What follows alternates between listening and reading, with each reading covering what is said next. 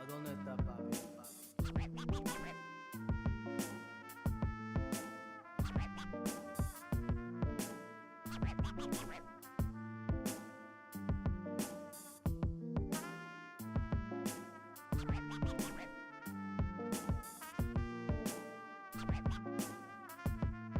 ¿A dónde está papi?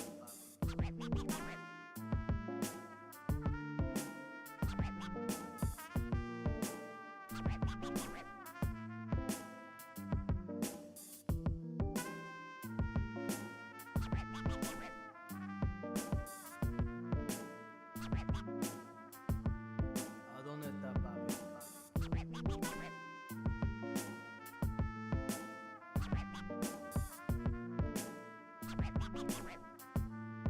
¿A dónde está papi?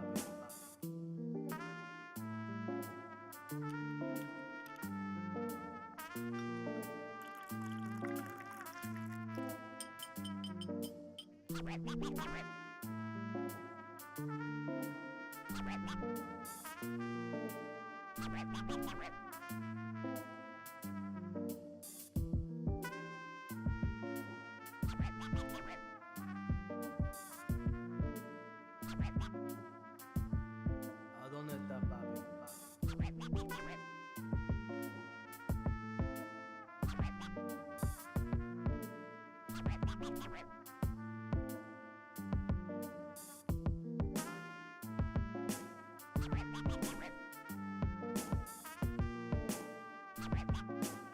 está papi? ¿A dónde está papi?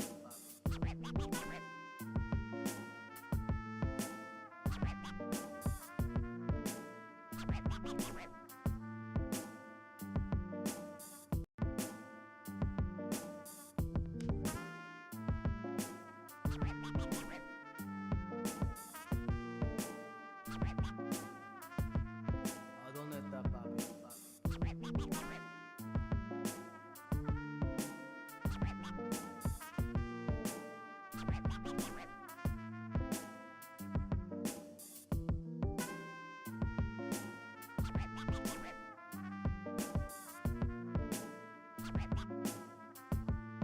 ¿A dónde está papi?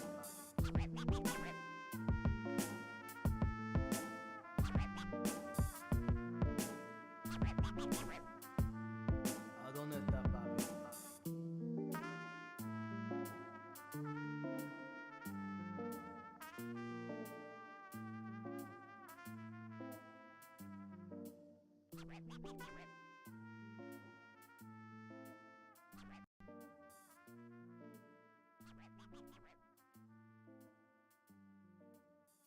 ¿A dónde está papi?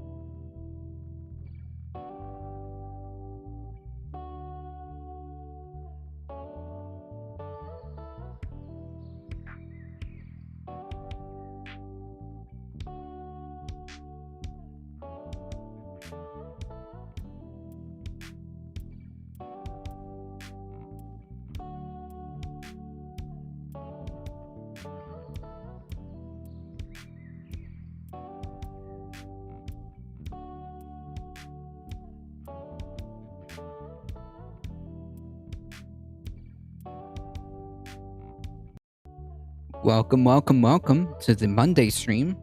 I hope everyone's having an awesome Monday. Howdy, everybody. How's it going, Echo Resto Dragon?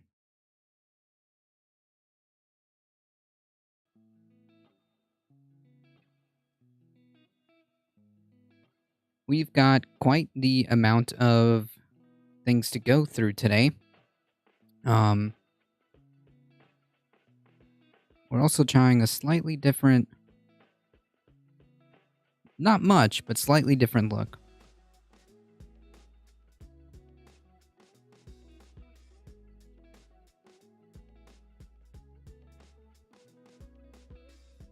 Okay, I think I got everything loaded up here.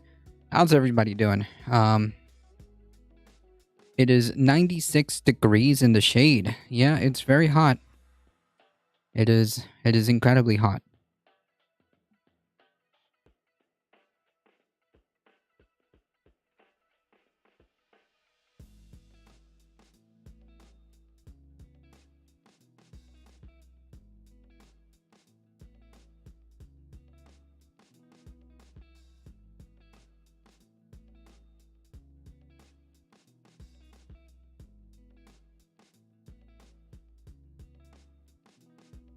So, recently, the Democratic Party passed what is effectively known as the Inflation Reduction Act. So we've got quite amounts to cover there.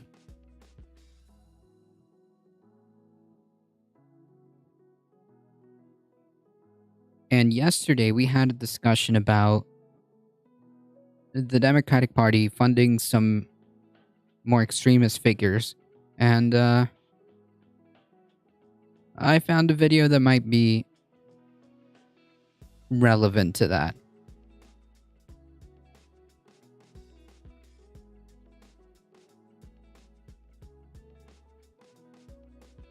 So let's get started, yeah? Okay. First up, James Napper posted this article from The Atlantic in the Discord, so I think it's fairly relevant. How politics poison the evangelical church. Well, if you want my opinion, simply, it is all but destiny, since the evangelicals are pretty much authoritarian, and the only thing that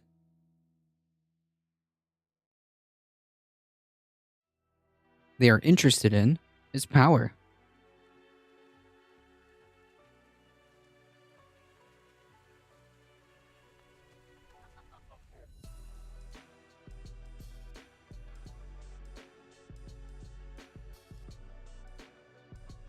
Okay, hold on, folks. 1 second.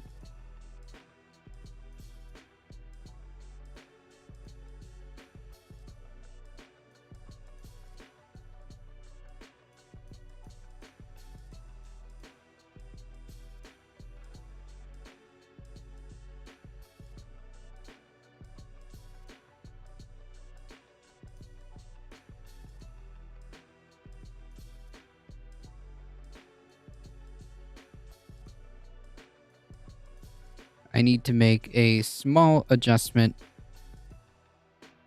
because I did all of this really quickly.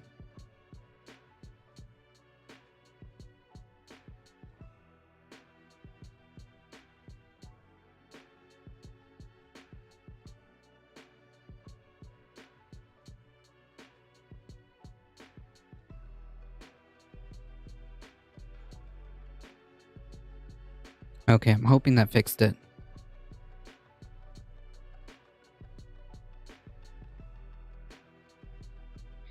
So yes, I think this article is relevant, so let's get into it.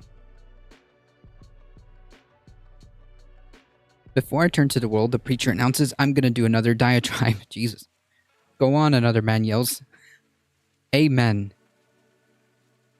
Between 40 minutes of praise music and 40 minutes of preaching is the strangest ritual I've ever witnessed inside a house of worship. Well, I mean, religion like this is kind of weird to begin with. Um, Pastor Bill Bolin calls it his diatribe. The congregants at the Floodgate Church in Brighton call it something else. Headline news. Bowen is in mid 60s, is a gregarious man with thick jowls and a thinning wave of dyed hair. His floral shirt is untucked over the dark blue jeans. On vaccines, oh no, no, no. For the next 15 minutes, Bowen does not mention the forgiveness of sins, the resurrection of the body, or the life everlasting. Instead, he spouts misinformation and conspiratorial nonsense, much of it related to the radically dangerous COVID vaccines. A local nurse who attends Floodgate, who is anonymous at this time, reported to my wife the other day that at her hospital they have two COVID patients that are hospitalized too. Bowen paused dramatically. They have 103 vaccine complication patients.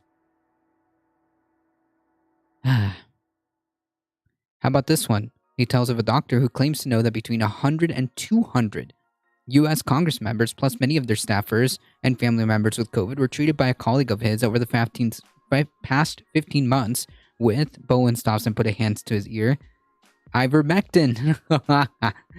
Oh man, imagine going to church and this is what you hear. That's a good memes. Good freaking memes.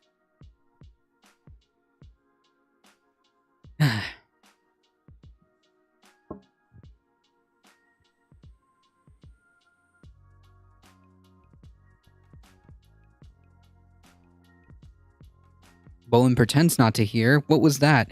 It's a freaking it's a dog and pony show. Religion like this is a dog and pony show. Holy yikes, Batman! What was that? Like as if he's like doing a performance, right? Because like that's what you do when you're performing, right? Especially when you're like a live performer. Oof, yikes. This time they shout ivermectin and Bowen nods. This isn't my first time at Floodgate, so none of what Bowen says shocks me, yet I'm still struggling to make sense of the place. It doesn't have to. Why are you trying to make sense of things that don't make sense? Like religious people by definition are predisposed to accept things without fact. Like that's the whole point, right? That's the fundamental idea of faith, that you're just supposed to accept these things without a basis of reality, right? Without an objective base of facts. Having grown up just down the road, the son of a senior pastor at another church in town, I've spent my life watching evangelicalism morph from a spiritual disposition into a political identity. I mean, like, that's kind of like the end game no matter what, right? Because, like, evangelicalism and, like, Christianity and all these, like, more or less, I think this is, like, true of these type of religions. They're pretty authoritarian. So, yeah. This shouldn't be like a surprise Pikachu moment that he realizes that actually what they want is to control everything. It's heartbreaking. So many people who love the Lord, who give their time and money to the poor and mourning, and the persecuted, who have been reduced to a caricature, but I understand why evangelicals, including my own father, became compulsively political, allowing specific ethical arguments to snowball into full-blown partisan advocacy, often in ways that distracted from their mission of evangelizing for Christ. To his credit, even when my dad would lean hard into a political debate, he was careful to remind his church of the appropriate Christian perspective.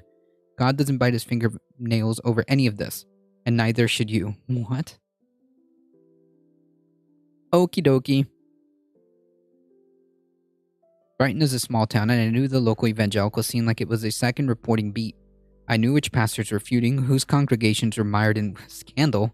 Jesus. Which church softball teams had a deacon playing shortstop, and which ones stacked their lineups with non-tithing ringers. But Floodgate, I've never heard of Floodgate, and neither had most people sitting around me until recently. For a decade, Bowen preached to a crowd of about 100 on a typical Sunday. Then came Easter 2020, when Bowen announced that he would hold indoor worship service in defiance of Michigan's emergency shutdown orders. As word got around the conservative suburbs of Detroit, Bowen became a minor celebrity. Local politicians and activists borrowed his pulpit to promote right-wing interests. Floodgate's attendance soared as members of other congregations defected to the small roadside church. By Easter of 2021, Floodgates was hosting 1,500 people every weekend. Jesus. Holy yikes, Batman. On this particular fall, Bowen riffs on everything from California forcing vaccines to school children to the IRS proposing more oversight of personal banking accounts. He promotes a new book that tells of how the left has done a power grab to systemically dismantle religion and banish God from the lips, minds, and hearts of believers. Oh, man. Man. Prompting the couple in front of me to make a one-click Amazon purchase. Oh, Lord. He suggests there's mounting evidence of a stolen election, and concluding with the information that's coming out of Arizona, Georgia, and other places. I think it's time for there to be a full audit of all 50 states to find out the level of cheating and manipulation that actually took place, and the people around me cheer. At one point, Bowen looks up from his notes. Yeah, like, no critical thinking here necessary, folks. Leave it at the door, please.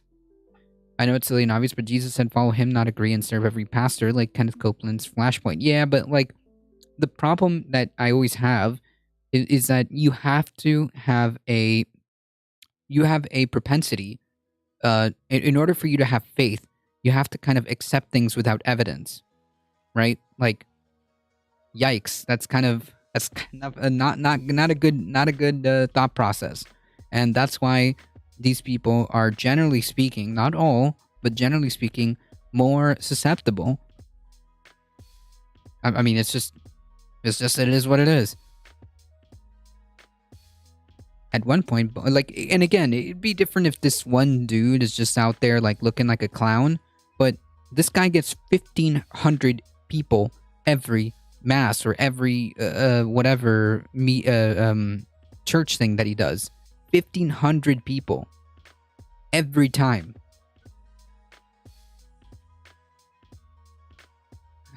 We had a visitor this morning who said, it's really refreshing to hear a pastor talk about issues like this. Yeah, so, like, that in and of itself says, like, well, it's not just the pastors, right? Like, this is already underlining, there's already the propensity for this underneath, right? Because the emotion that this is evoking is relief.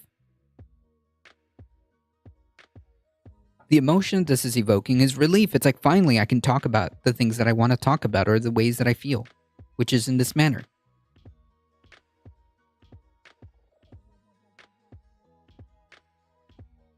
Basking in the ovation, he just invited. Bowen adds, I'm okay talking about these things. Yeah, I bet. If it brings you 1,500 people. He asks if he can keep going, and the crowd answers with more applause. At the end of it, that's really what's disturbing. Listening to Bowen that morning, I kept thinking about another pastor nearby who approaches jobs very differently, Ken Brown. Brown leaves his own ministry, Community Bible Church in Detroit suburb of Trenton. I got to know him in the 2020 presidential campaign when I was writing dispatches from around the country and asking readers about the stories and trends they thought they weren't receiving enough attention. Brown wrote to me explaining the combustible dynamics within the evangelical church and describing his own efforts as the conservative pastor of a conservative congregation to keep his members from being radicalized by the right-wing politicians and media figures. Well, you require you need the ability to have critical thinking, right? Like you can't be a evangelical and have legitimate critical thinking. You can't have these things because if you have critical thinking and you start to ask questions, you wouldn't be an evangelical. To keep its members from being radicalized by the lies of the right wing politicians and media figures. I don't know. I think that they're already like radicalized. It's just a matter of like the right person coming along and saying like you can be this way, and it's okay.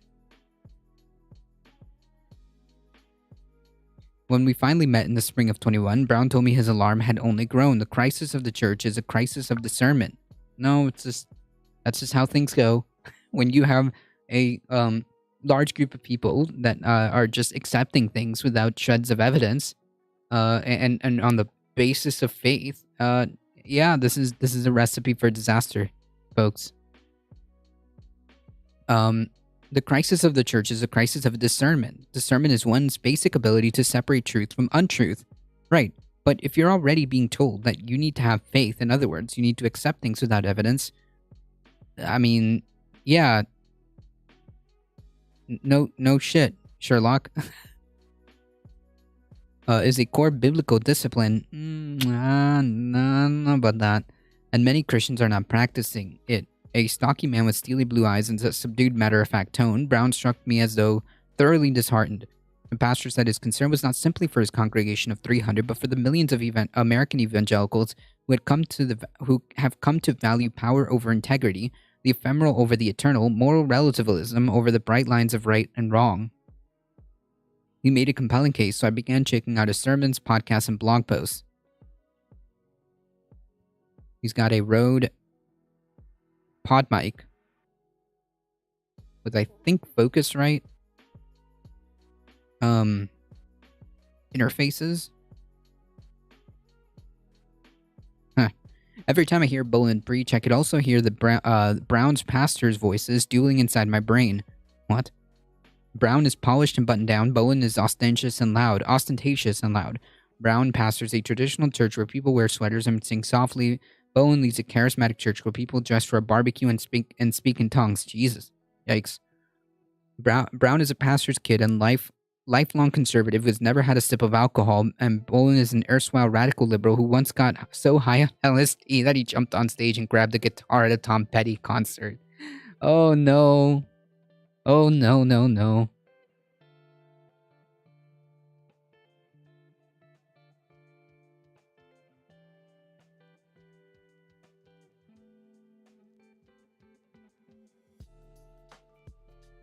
But in leading their predominantly white Republican congregations, Brown and Bowen have come to agree on one important thing. Both pastors believe there's a war for the soul of the American church, and both have decided they cannot stand on the sidelines. They aren't alone. Too many evangelicals today, the enemy is no longer secular America, but is their fellow Christians and people who hold the same faith but different beliefs. How did this happen? Well, again, if if you have a situation where you must accept things without evidence, your ability to discern things, to critically think, is not necessary. You don't use it because you don't need it. You just accept things on the basis of faith. And yeah, that's a recipe for disaster. No kidding, this is how it turns out. For generations, white evangelicals have cultivated a narrative pitting courageous, God-fearing Christians against a wicked society wicked Dems that want to expunge the Almighty from public life. Because religion has no business anywhere except in your personal decisions. That's it. Religion. This is not a Christian country. This is not a place where you can force your religious beliefs upon other people. And if that's too hard, to accept, then leave. Go away. The religion has no place in ideally, in an ideal scenario, religion has no place dictating politics, has no place dictating policy, has no place dictating anything. Why should Christians leave? They created this country? No. What I'm trying to say is that this isn't a Christian country. If you cannot accept the fact that we have religious freedoms here, and if you can't accept the fact that this is not a Christian country, we are here, we are free to do it as we please. Religion has no place in politics and in policy decisions. Yeah, get fucked. Go away.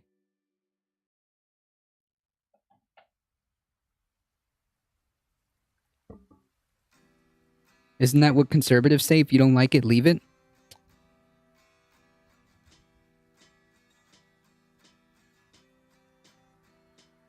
Religion is very important to our lives. No, it's not. No, it's not. It may be important to you specifically, but it is not important nor necessary at all.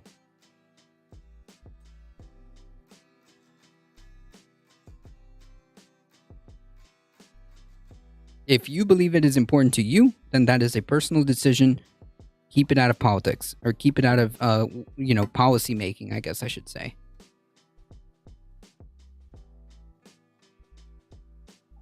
God-fearing Christians against a wicked society that wants to expunge the Almighty from public life. Having convinced so many evangelicals that the next election could trigger the nation's demise, which is a fascistic element, this constant existential threat to the nation is a fascistic element, which, politics and religion go hand in hand. The Ten Commandments are literally laws. Nope. Politics and religion do not go hand in hand. Nope. You can take that garbage somewhere else. You have freedom of religion, but others have or should have the freedom from religion also. Thank you. Yes.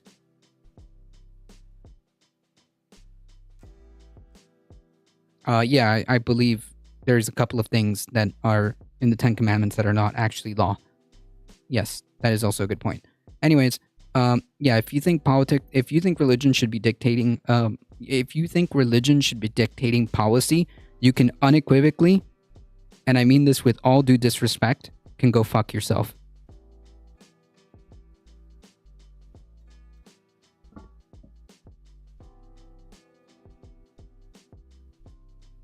Politics represents the people, which are religious, is what I mean. I don't give a shit.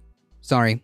If you think that religion should be dictating policy, yeah, you can unequivocally and with all the due disrespect, go fuck yourself. Religious garbage does not belong anywhere near except for your personal beliefs. If you want to personally believe whatever it is that you personally believe, go ahead. Do not force your garbage on other people.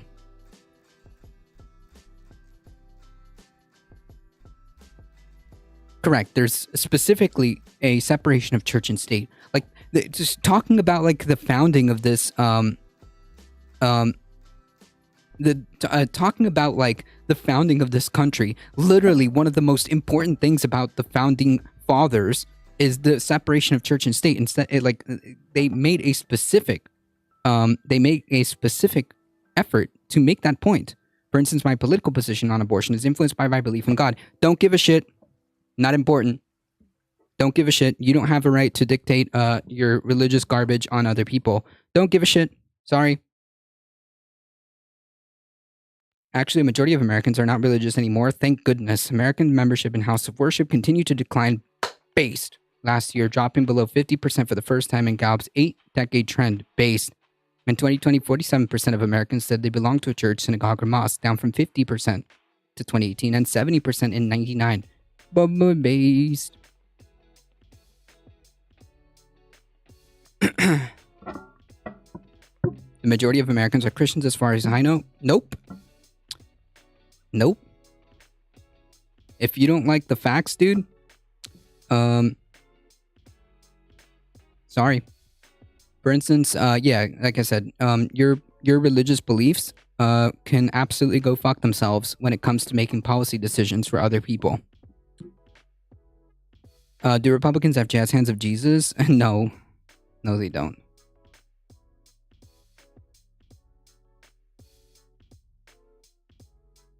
Correct. Forcing religion and or politics on people is not freedom. Correct. Correct. Absolutely. Absolutely. One can be religious without forcing others to obey your wishes. Yeah, ideally, that's how people should act. Yes.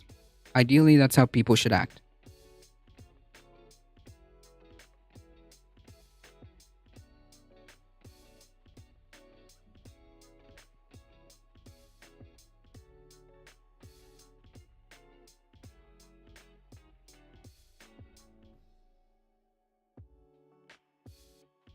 Having convinced so many evangelicals that the next election could trigger the nation's demise, Christian leaders effectively turned thousands of churches into unwitting cells in a loosely organized, hazily defined, existentially urgent movement, the type of places where paranoia and falsehoods flourish and people turn on one another. Right, because like religion, again, forces you to throw critical thinking out the window.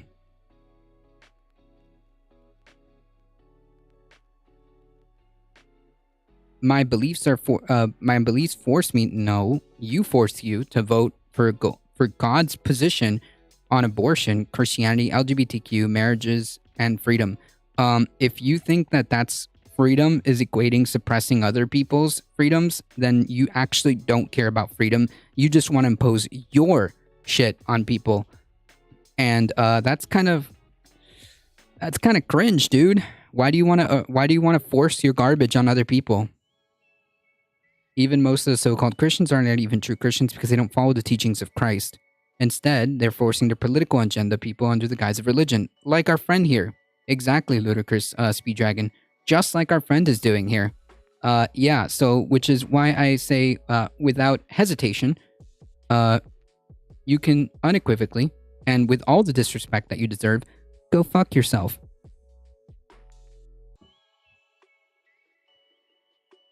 Thank you, ludicrous Speeddragon. That's exactly correct.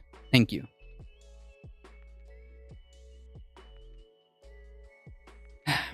Hands down, the biggest challenge facing the church right now is the misinformation and disinformation coming in from the outside.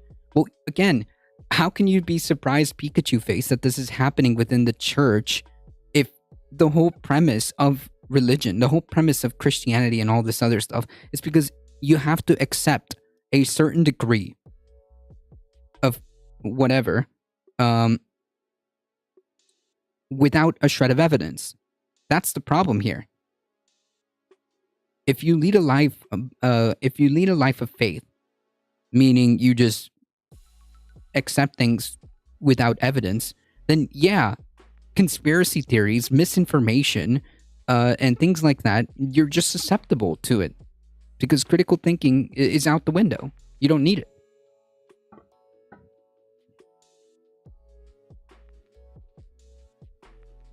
If you dislike abortions, are you volunteering as a foster parent? Ha! Yeah, right. This person wouldn't. The Bible is pro-abortion. It gives instructions too. For those who actually read it. Yeah, you're right. You're absolutely correct. It even gives instructions. That's right.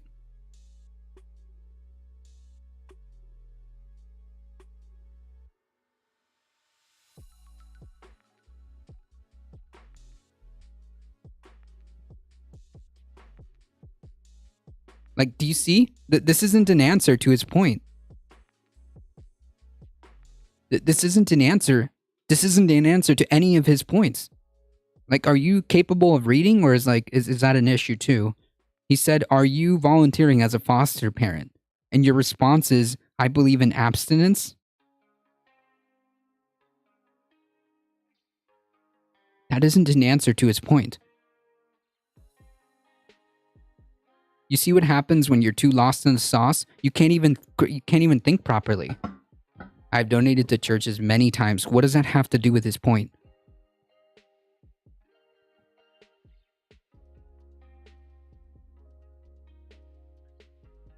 I have no idea what that has to do with his question.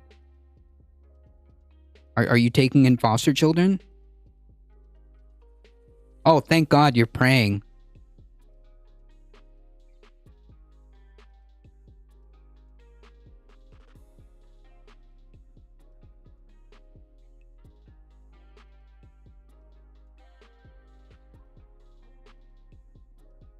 I mean, there's quite a number of religious groups who are open to abortion, at the very least ambiguous about it. There's a number of Protestant factions who support abortions. Judaism supports abortions. Yes, that's true. Islam is ambiguous. Buddhism is the same. To be honest, the biggest religious group that actually opposes abortion is the RC Church, and even the Roman Catholic Church, and even their own members disagree with them. Interesting. So you want people who have sex outside of wedlock should be charged with a crime? Yeah, this is why, this is case in point. I love this. This is case in point as to why religious fucks like you should never, ever, ever, ever, ever, ever, ever, ever, ever be close to the levers of power. Ever. Ever. People like you should never, ever have power. People like you should never have power. This is exactly why. Because you end up being authoritarian fucks. No thank you. No thank you. Imagine thinking about freedom. Imagine in the same breath, like, this is the problem. Exactly, you're illustrating everything for me. You're illustrating everything for me. Like, you simultaneously are talking about freedom while also saying that, like, you want the power of the state to charge people with crime, and of course anything that involves degeneracy. Because I already see where this language is going. Yeah, you're just an authoritarian fuck. Yep. Cool. Go fuck yourself. The illustration, I mean, I don't even have to say anything. The argument was made for me. Thank you. I appreciate that. Thank you for illustrating in the most perfect manner why people like you and why the Republican Party and conservatives should never, ever, ever, ever be near power. This is exactly why. And why I keep stressing on the fact that if conservatives, if the Republican Party ever gets more power than they already have, they can and will implement a theocratic authoritarian state. Like, they can and they will, and people like him, or people like this person, are illustrating it perfectly. Perfectly.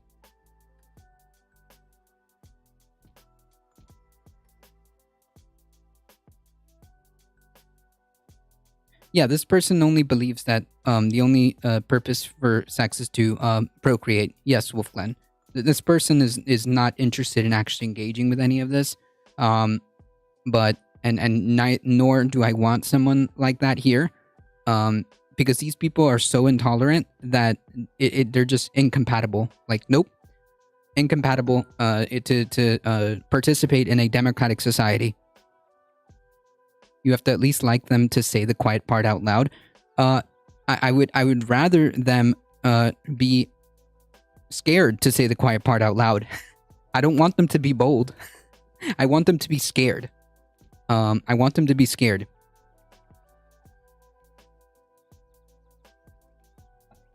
I don't want them to be bold. I don't want them to feel like it's okay for them to act like this in public. I want them to be scared. So everyone has to be sexually repressed between adults. Who is this person? An authoritarian prick. That's who. An authoritarian prick. Who, like, I mean, again, this person just makes the case. Word for word makes the case for me as to why these people should never, ever be nowhere near power.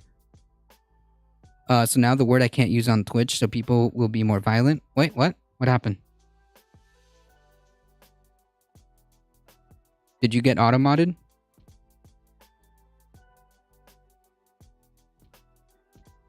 Anyways, appreciate the folks, you know, outing themselves.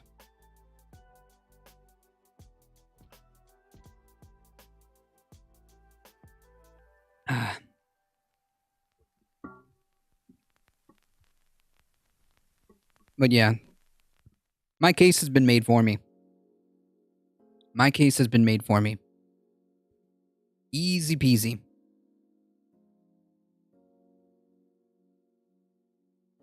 Couchman, how's it going? Howdy, howdy.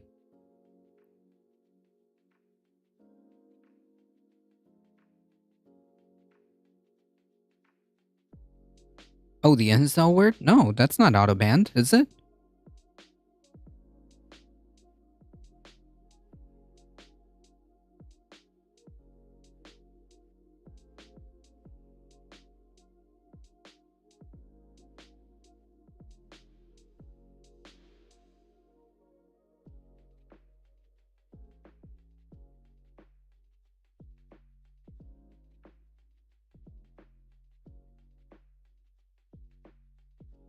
Thank you, Ludicrous Dragon, for coming in. Ludicrous Speed Dragon for dropping some facts. Thank you, James Napper Tandy, for dropping some facts. And Alio Share, appreciate that.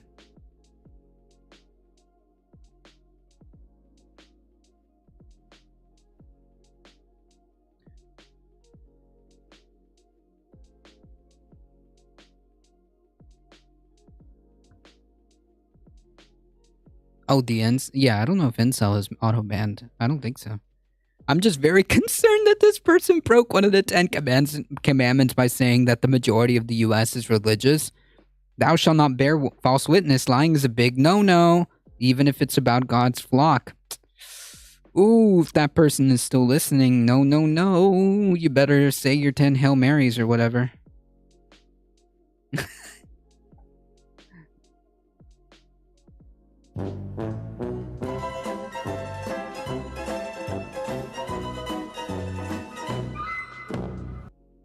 That's right. They also hate their neighbors for just being themselves, and that in and of itself is a sin. Yeah, also true. Damn. You guys are on a roll today.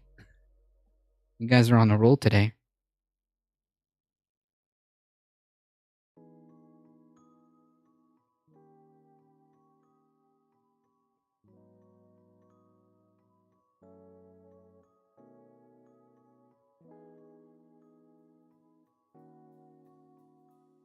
Because of this, the pastor told me he can no longer justify a passive approach in the pulpit. The church is becoming radicalized.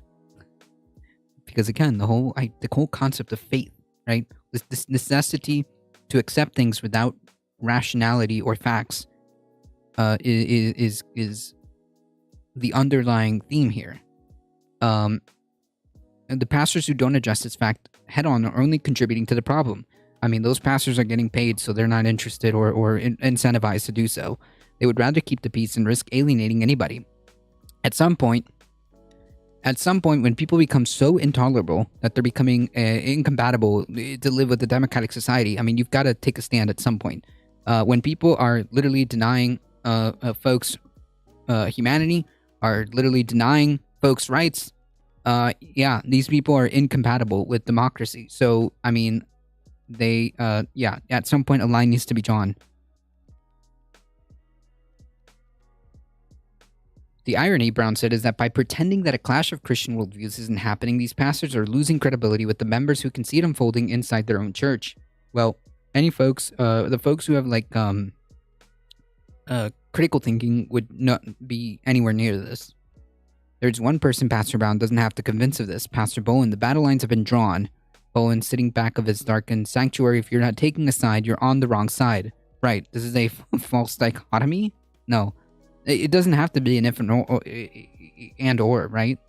Like, if you're not exclusively endorsing my particular worldview, then you're my enemy. Jesus.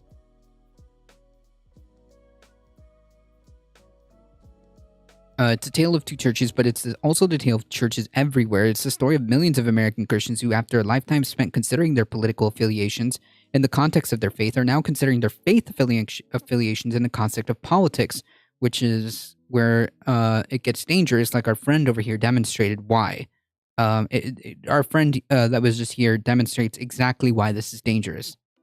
And I appreciate for them to illustrate that in real time. Just as I'm reading this article, thank you. We fix our eyes not on what is seen, but what is unseen, since what is seen is temporary, but what is unseen is eternal. I have no idea what that gobbledygook means. Okay. Paul's admonishment of the early church contains no real ambiguity. The followers of Jesus are to orient themselves to his enduring promise of salvation and away from the fleeting troubles of humanity. Ooh, substantial number of evangelicals are fleeing their churches, and most of them are moving to ones further to the right. Yep. For many of my lifetime, however, American Christians have done the opposite. Beginning in the 1980s, white evangelicals imposed themselves to an unprecedented degree on government and the country's core institutions. Once left to cry jeremiads about civilization decline, having lost fights over sex and sexuality, drugs, abortion, pornography, standards in media, education, prayer in public schools, Conservative Christians organized their church and marshaled their resources and leveraged their numbers, regaining the high ground for a time in some of these culture wars. Yeah.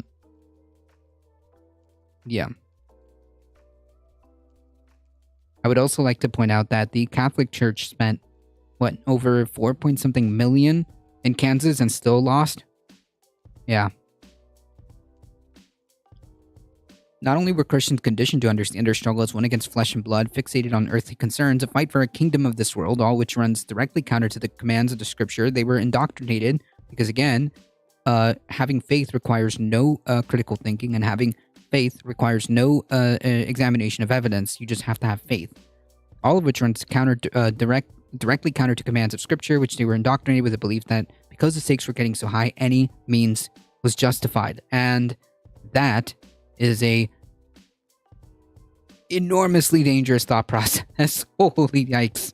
That is incredibly dangerous. Yeah, that line of thought there is holy yikes. Which brings us to Donald Trump. When Trump was elected, thanks to a historic showing among the white evangelicals, 81% voted for him over Hillary Clinton.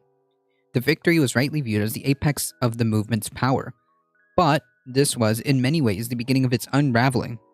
The battle lines Willen described have emerged over the past 5 years: cultural reckoning over racism and sexual misconduct, a lethal pandemic, a fierce dispute over vaccines, government mandates. Again, this is just wild.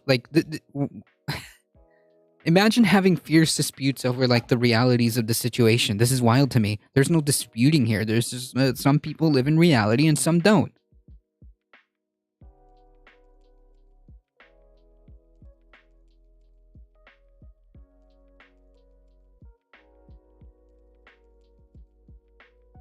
That's just the fact of the matter. In some cases. Right? Vaccines and government mandates, allegations of election theft. Again, there's only one right answer here. There's only one answer here. One objective answer, which is the 2020 election ran as normal, and the winner of that election is, like him or hate him, is Joseph Robinette Biden Jr. There's nothing to have a conversation about here. That person won the election, not only by popular vote over a massive, margin of 12 something million votes, and won in a strong showing with the Electoral College. No evidence to suggest that there was any shenanigans. No evidence to suggest that there was any coordinated shenanigans, except for the part of Republicans. They did. But in terms of their claims that the Democratic Party has made some huge plot or conspiracy or whatever, none of that is true. There's no evidence to suggest that.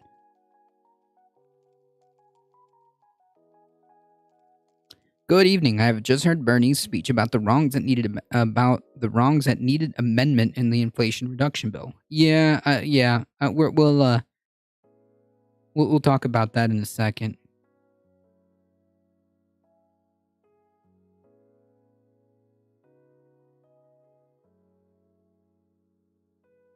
That's why Trump chose Pence. Trump sleeps who he wants and has been married over 2 times, so morality is not Trump's. Right, and neither is Pence. Just to be clear, Pence is not a moral person, okay? Just because you claim to be a super Christian person does not make you a good person. Pence is not a good person. But it did help him with it did help Trump with some of the evangelical votes. That's why he was chosen. Just saying.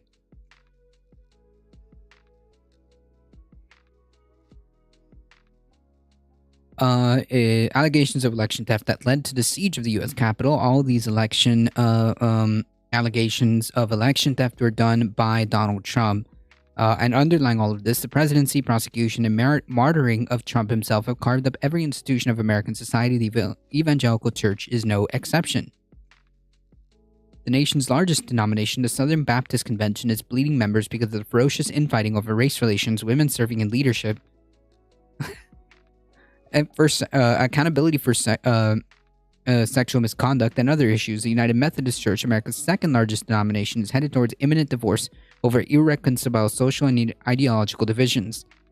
Smaller denominations are losing affiliate churches as pastors and congregations break from their leadership over many of the same cultural flashpoints, choosing independency over associating with those who do not hold their views. So much for freedom, huh? Perhaps it shouldn't be surprising that Christians, like Americans from every walk of life, are self-selecting into cliques of shared habits and thinking. But what's notable about the realignment inside the white evangelical church is its asymmetry. Pastors report losing an occasional liberal member because of their refusal to speak on Sunday mornings about bigotry, poverty, or social injustice. You know, the things that Jesus would like to, the things that Jesus was talking about. But these same pastors report having lost in the past few years alone a significant portion of their congregation because the complaints that they and their staff did not advance right-wing political doctrines. Nice. Hard data are difficult to come by. Churches are not required to disclose attendance figures, but a year's worth of conversation with pastors, denominational leaders, evangelical scholars, and everyday Christians tells a clear story. Substantial numbers of evangelicals are fleeing their churches, and most of them are moving to ones further to the right. Yep. The Republicans that scare me are those that can appear to be rational and then follow normal rules. Those that know better to say the quiet parts. I think so. I think so. Wolf Glenn, I think I'm leaning to mostly agree with that statement. I went through Christian confirmation, and half of the class was learning the reasons why the church divided because they hated their neighbors and could not get along with each other. Yikes. Like, that was the... I thought the whole Jesus point was to be like, yo, everybody be chill with each other, but I guess not. I guess that gets thrown out the window.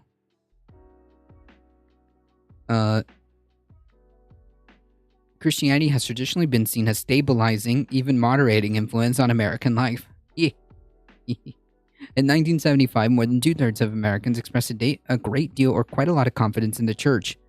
According to Gallup, and as of 1985, organized religion was the most revered institution in American life. Ooh, yikes. Today, Gallup poll reports just as 30% of Americans have confidence in the church. Based. This downward spiral owes principally to two phenomena: the constant stench of scandals, which, scandals of sexual assault, is a lot of them involving minors, and the fact that the grift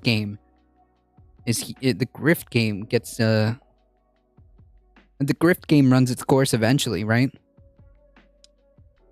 With mega churches and prominent leaders imploding on what seems like a weekly basis, and the growing perception that Christians are embracing extremist views. One rarely needs to read the bottom of a poll to learn that the religious group most opposed to vaccines, most convinced that the 2020 presidential election was stolen, the most inclined to subscribe to QAnon conspiracy theories, white evangelicals. Yep. Many right-wing pastors have formed alliances with campaign consultants. Yeah, like our friend, exactly. This is all just, like, I love it. It was perfect. Our friend came in here at the exact perfect time to demonstrate this exact phenomenon. With campaign consultants, education activists, grassroots groups, and even MAGA in miniature roadshows promoting claims of an assault on American sovereignty that brings a steady flow of fresh faces into the building. From there, the fusion of new Republican orthodoxy with old conservative theology is seamless. Yeah. So it's just a matter of people who are predisposed to believing anything because everything is by faith, and now are being, throughout the process of, I assume, years, God knows, are now finding themselves deep into these conspiratorial, radical, and are quite often authoritarian rabbit holes, as our friend demonstrated. This explains why, even during a period of slumping church attendance, the number of white evangelicals has grown. The Pew Research Center reports that more and more white Trump supporters began self-identifying as evangelicals during his presidency, whether they or not they attended church. Yeah. And what's more disturbing is that they can and they will implement a theocratic authoritarian state. These people can and will. That's the danger. This is why religion has no business being anywhere near politics. I am religious, and the church I attend to has one simple rule: love your neighbor, no exceptions. I mean, like, love everybody, yeah? I mean, like, that seems... Yeah, like, I mean, personally, like, I don't know, like, I don't need religion to teach me that, but, I mean, you don't seem to type, and neither does Alio, to go around, like our friend earlier, and impose themselves in a authoritarian manner, to other people. Like, you've been here for quite some time. I've seen you around, Wolfglen, and Alio has been a long-term, friend, of the channel. And, like, none of you, have decided to take it upon yourselves to, impose any type of anything on each other, or on anyone for that matter, privately or on the chat. I think it was a current affair. I had a video where the pastor admits doing wrong, but a 33-year-old woman was groomed to sexual relationships with pastors at 16. Pastor did resign then. Yeah, that person should be in jail. We have t-shirts. Nice. Not my place. I mean, like, you do, like, my point is that if you have a religious belief, like, that's fine. But you generally, I would assume that you generally just kind of do it because you believe in it and that's your thing, which is not a problem. The problem becomes when you cross over, like our friend did, and start advocating for policies that affect other people based on your religious beliefs. That's like not, that's not okay. If you believe something, that's fine. In terms of religion, of course. I'm just saying my issues with it. And, these are my opinions and my line of thinking. Everyone is supposed to have their own ethics and morals and conscience, your own. Yeah, I think so. But I think that, like, while we have our own, conscience and morals and whatnot, yeah, I think we tend to gravitate around the same things, right? I think everybody kind of tends to gravitate around the same things, like, I don't know, maybe killing each other is bad. Just saying. Maybe stealing and hurting people is bad. Just saying. Meanwhile, other pastors feel trapped. One stray remark could split their congregation or even cost them their job. Yet a strictly apolitical approach can be counterproductive. Their own willingness to engage only invites more scrutiny. The Whisper campaigns brand conservative pastors as moderate and moderate pastors as Marxist. Oh no.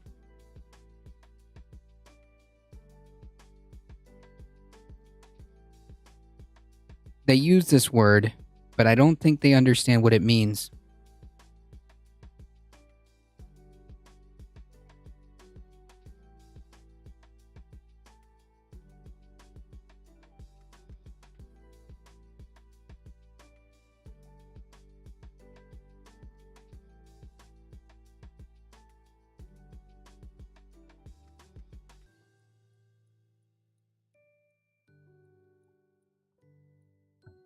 Well, that's interesting. I mean, like,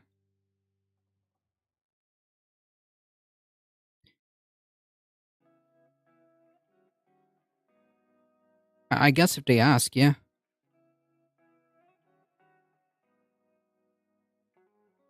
In this environment, a church leader's stance on biblical inerrancy is less important than whether he's considered woke or not. Oh, no. His command of scripture is less relevant than suspicious about how he voted in the last election. Man, I need to open up a freaking church, alright? Listen. Everybody, welcome. Okay? Welcome to the Church of ADT. Okay? This is the Church of Truth. Okay? And I'm going to need everybody to dig deep. Okay? I'm going to need everybody to dig deep and search within your heart if you want to donate money. And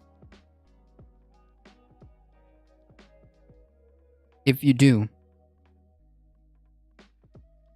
I will prove to you that I voted in the right manner. Okay? I will prove to you how non-woke I am. I will prove to you my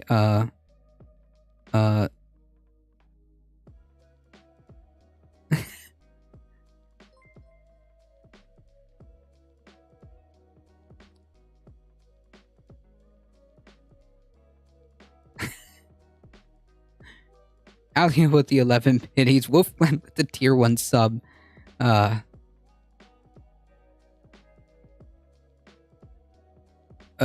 great gig in the sky. Yeah. Religion showing you how to live your life while controlling you at the same time.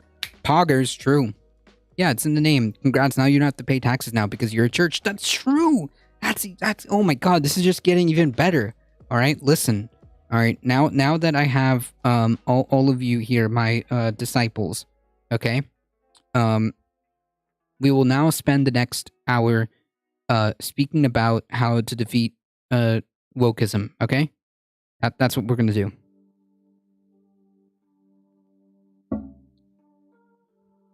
Yes, my brothers and sisters and NBs in Christ, okay? Sorry, excuse me. My brothers and sisters and NBs in ADT, okay? In truth, okay? Thank you. Okay? Yes, pass the hat, okay? My brothers, sisters, and NBs of truth.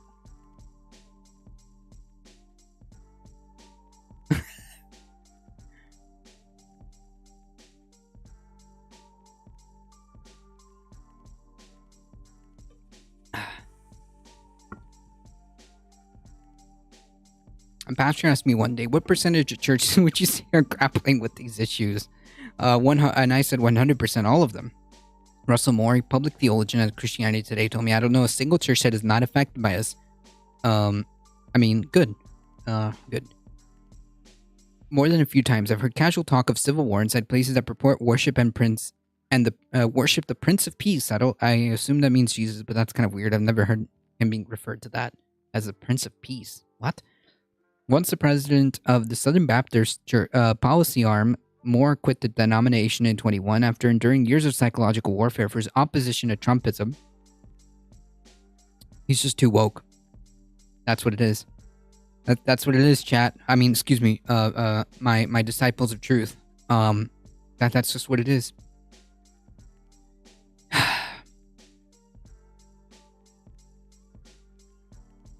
It's just opposition of Trumpism is just that they just went too woke, and that's it. It is what it is.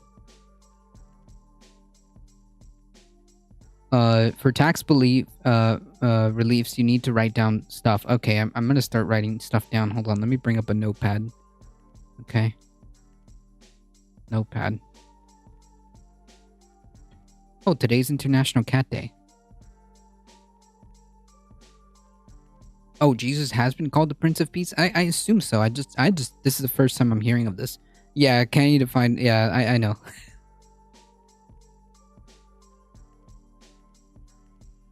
You need your what? Belier?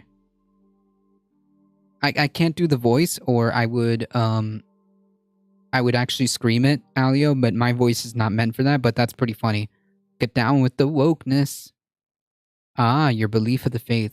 Your beliefs of the faith, yes. I believe that wokeism is bad, and Donald Trump is the savior of this country, and this country is under an existential threat of wokeism and the radical left, Democrats, communist, Marxist, extremist. So yeah. That being said, now that I've done the thing, Um, I need you guys to dig deep, okay? And help me defeat wokeism, okay? Dig deep. Dig deep. And help me defeat woke. Alright, listen. The bit can only go so long. The bit can only go so long. Meow meow purr purr indeed. It is International Cat Day. May have to bring in a special guest at the end of the stream for International Cat Day.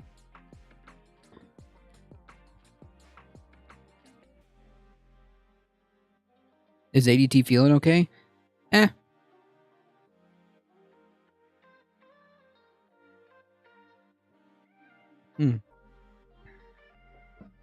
That's right. If you hit the follow button, you get 5 free emotes, including Paquita the cat, all for free. Or just type her name in. If you have BTTV and you type in Paquita, spelled out like that, you get her little face there. How about a roar? Ooh, no. Hers.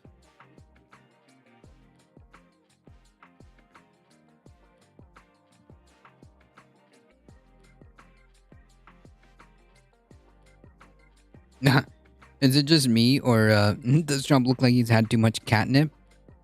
That's a very generous analysis. A lion, yes.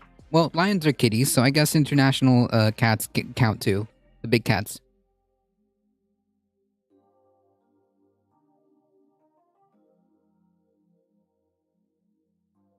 Alright, so I'm gonna finish this one real quick. Since the president of the Southern Baptist, and advocacy for racial reconciliation, in the time since he's traveled the country and counseled pastors on the intensifying divisions within their congregation. Moore has become convinced that the problem of political fanaticism inside the church poses real threats outside of it. Honestly, I'm more concerned than I was a year ago, and that's saying something. It may sound like Chicken Little, but I'm telling you, there's a serious effort to turn this two-country stock into something real. There are Christians talking about all populist passions, adding a transcendent authority to it. I completely see that, 100%. Moore is not exaggerating. More than a few times, I've heard casual talk of civil war in places that purport worship the Prince of Peace. And far from feeling misplaced, these conversations draw legitimacy from a sense of divine justice. Yeah, this is the problem with religion. When you start talking about like faith and belief based on nothing, you are more susceptible to this, and because you feel like you've been given this authority from God, then you can do anything, and that gets really dangerous. This is mainly to the kind of dominionist sects. The dominionism is by far the most dangerous. The idea that you are to establish dominion across this planet by any means necessary in the name of God is not good, not good at all. The church is not a victim of America's civic strikes. Instead, it's one of the more principled counterlists. I agree. I was a card-carrying member, literally a card-carrying member of the moral majority. Mormons? No, I don't know. Do Mormons count? I'm talking about like the Dominionists.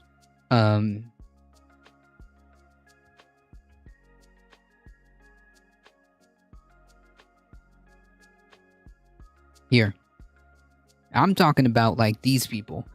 Dominion theology, also known as dominionism, is a group of Christian political ideologies that seek to institute a nation which is governed by Christians and based on understanding of biblical law. Extensive rules and ways of governing authority are varied. Yeah.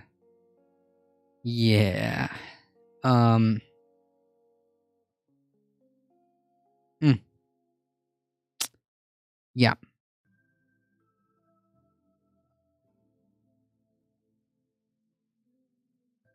Oh, these guys have no these guys have no quarrels about doing it violently. Mormons count their wives. White nationalists, some of them are. Yes, I assume that there's a lot of intersection. I assume that there's a lot of intersection between these groups. Yes, I assume so. Quite often you'll see that that is the case. Not all of them, but I assume that there's a lot of intersection there. It was 1981. Brown was an undergraduate at the University of Michigan, and for the first time, a Christian kid who graduated from Christian high school was outside of his bubble. He felt threatened by what he saw around him: moral relativism, shameless sexuality. What? Shameless sexuality? Dude. Far left professors who openly disparaged his faith. Yeah, I don't know about that. Being clowned on because, you believe a certain way, but it doesn't make you far left either. Brown found an identity in the nascent evangelical movement that aimed to restore the religious values of America's founding. America's founding was uniquely, supposedly, according to the founding fathers, supposed to be about religious freedom. That's why this whole thing happened to begin with. Jesus. No. The idea that this is a Christian nation, the idea that we should all be Christians and whatever is just nonsense, okay? That's not what this place was supposed to be about. In fact, they fled to have the ability to do what they want. That was the whole point. That was the selling point of freedom of religion and freedom for religion. He read books, watched videos, and listened to radio programs. Brown committed himself not just to the dogma of religious right, but to the precepts of political conservatism. For many years, while getting married, starting a career in technology, having children, he remained rooted in both. When Brown felt called to join the clergy, he enrolled at Detroit Baptist Theological Seminary. It was there that he began to question the union of his politics and faith. The more he studied the scripture, the less confident he felt in the people he'd listened to for so long. Some of the Christian right's leading voices, like Paul Weyrich of the Heritage Foundation, James Dobson of Focus on the Family, promoted visions of postmillennialism, a controversial interpretation of scripture that encourages amassing political power as a means of building a kingdom in this life parallel to that in heaven. So what's the point of heaven if you're trying to... Okay, whatever. It doesn't make sense. It doesn't have to make sense. Yeah, this is the whole dominionism stuff. I started to realize a lot of these religious right guys weren't actually trained theologians. A lot of them didn't know what they were talking about biblically. I was worried that it could come back to haunt us. And when Brown's passion for politics was beginning to abate, Bill Clinton was elected president. The apocalypse, Brown recalled, laughing, like so many evangelicals, the pastor viewed Clinton as a manifestation of America's moral decline. Ah, yes. He obsessed over the president's every scandal and deception. Well, I got news for you, my friend. It's not just Clinton. But Brown was equally disillusioned with Christian conservatives and their tactics. Some of the same people who tormented Clinton and lectured on morality were just as ethically compromised as he was, but because they played for what was essentially God's chosen political team, which is weird, they faced a little scrutiny. Back when I believed there was an honorable alliance between Republicans and evangelicals, it was because I believed that our values would ultimately prevail and come may on this earth, whether we win or lose some election, ultimately prevail, come what may on this earth, whether we win or lose some election. But over time, there was a shift. Losing was no longer an option. It became all about winning. But yeah, like that's the problem, though, right? Right. Yeah. Late in Clinton's tenure, Brown, who was serving an associate pastor in Flat Rock, Michigan, was commissioned to plant a new church down the road in Trenton. He would have his own flock to look after. He didn't have time to... His own flock. I love the wording of how some folks think of... Yeah, anyways. Hey, Maple Leaf Dragon. People reading and learning things like cognitive dissonance of politics and religion. True! You should have seen the character that we had earlier. Yeah, like these are the same people who say things like don't be sheep, but use terms like flock to refer to themselves. Anyways, he didn't have the time to worry about politics. Aside from preaching against abortion, which is politics, How did you think you were going to get that done? An issue Brown sees as inherently biblical. It's not. I mean, well, it is in the sense that it does give you instructions on how do you do it, nor does it pass like negative judgment on it. But either way, like if you're talking about things like abortion, um if you're talking about things like abortion, inherently that's political, right? How are you going to do this? George W. Bush, whom evangelicals claimed as one of their own, was popular with Brown's congregants. It was a period of harmony within the church.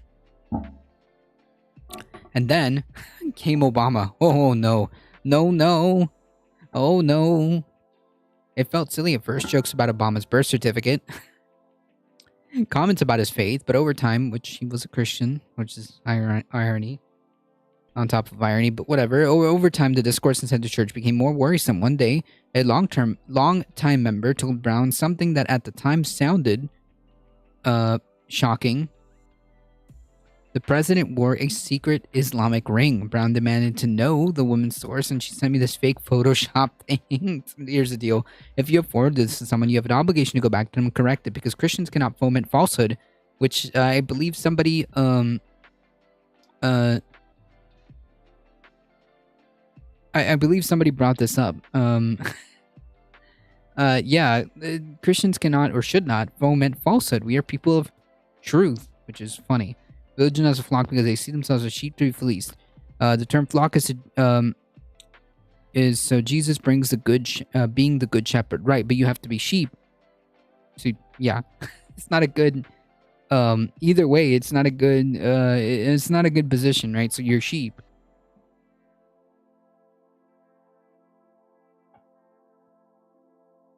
It's no, no, thank you.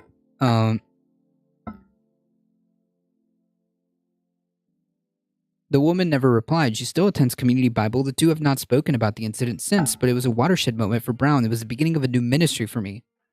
Brown wasn't just faced with Obama-centric conspiracy theories. People were beginning to confront him with questions and concerns he couldn't comprehend. Once, when he visited Washington, D.C. for a pastor's conference, he returned home to learn that people in the church had been entertaining a rumor started by one of the members. Having read blog posts about a FEMA program, oh no, Alex Jones. The FEMA camps.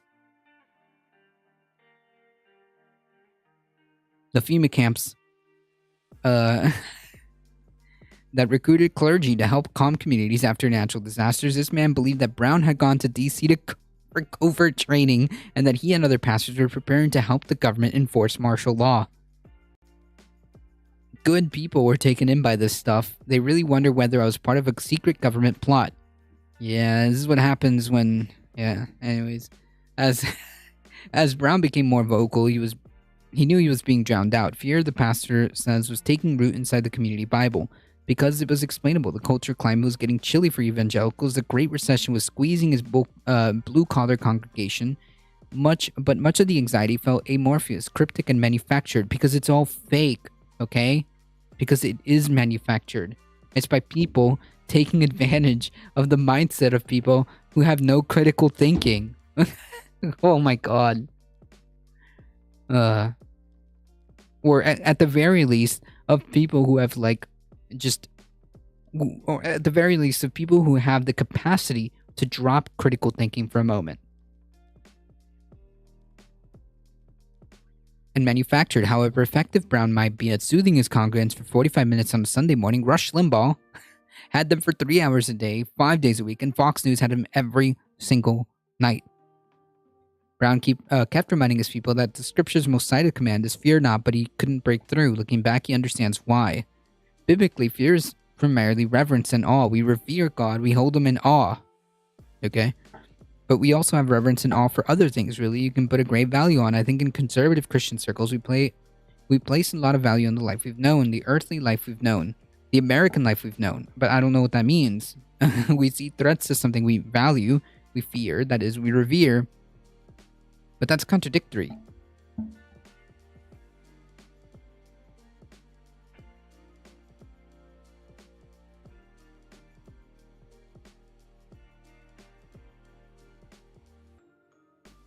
That is contradictory. Another rule that most churches do not follow: you have to feed the hungry, find them work if they need, and a home if they are homeless before you start preaching to them. Well,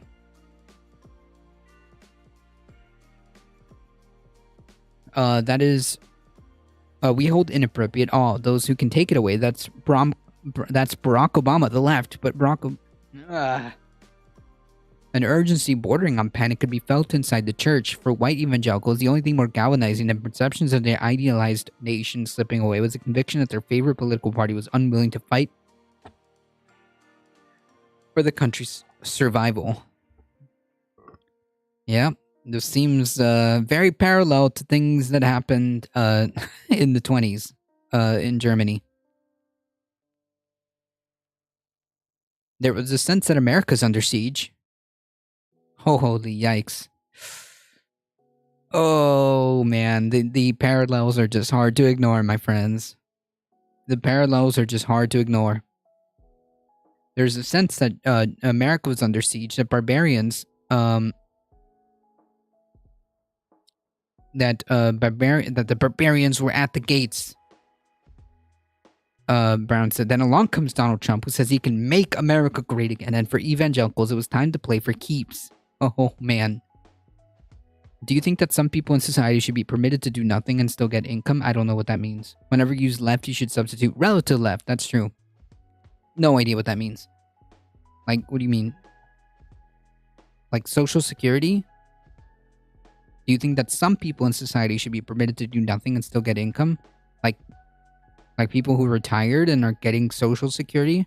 Like people who are disabled, who need the help?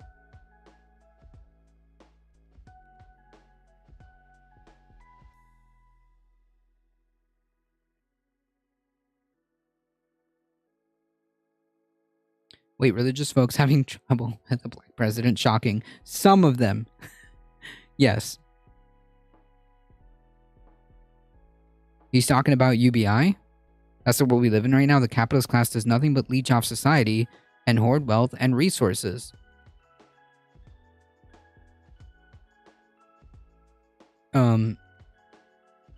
Yes.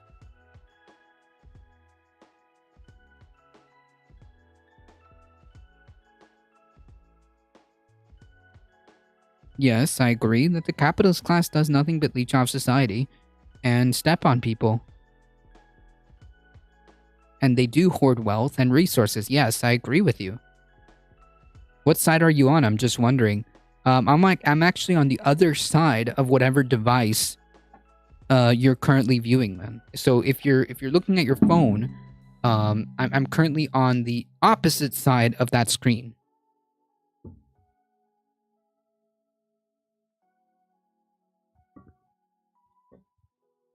No, they're talking about the capitalist class who get everything for nothing. Essentially, they don't like.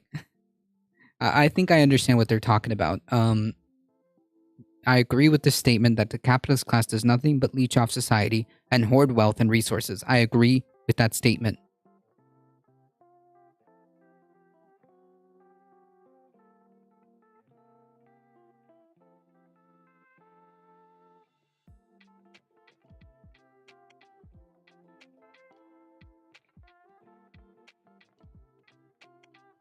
There should be safety nets which cover basic needs like food and shelter. Yeah, I mean, like my politics and policies have always revolved around the same four pillars I've always talked about. Those who have been here know what the four pillars are: food, housing, education, and healthcare. Those are the four pillars that are necessary. Period. Those should be a thing because there should be a thing. I mean, I don't see a reason why not, and I don't see why we can't. Yeah, I think they're talking about the ultra rich, the capitalist class is what I think they're talking about. Which again, the initial question was kind of weird, but the statement, the capital class does nothing but leech off society and hoard wealth and resources. I agree with this statement. Yes.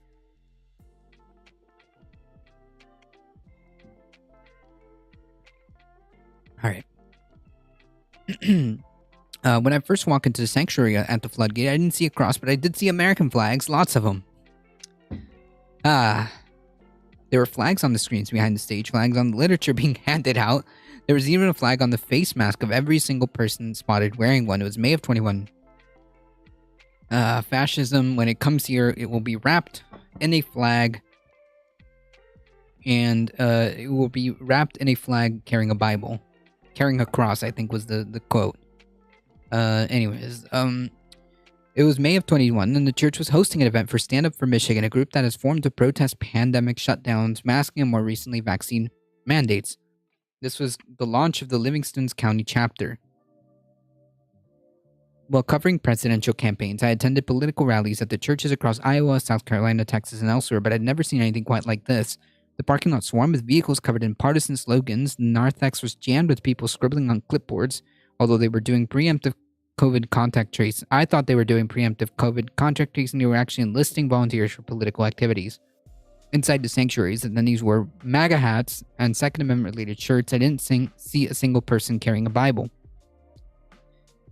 Maybe it was never about that. For the next 3 hours, the church became a coliseum. The executive director of Stand Up Michigan decried the evil Democrats in charge of the state and said there's probably some truth to QAnon, which holds that satanic liberal elites are cannibalizing children for sustenance, among other things, and warned that Christians are too nice. The chair of the county board of commissioners railed against diversity training and critical race theory. A state senator tried to play the base, joking that she'd asked God why he'd allowed Gretchen Whitmer to become governor, but then cowered when the base turned on her, with people standing to demand she answer the question of whether Trump had won Michigan. What? Visibly shaken, she refused to answer. Coward. Coward.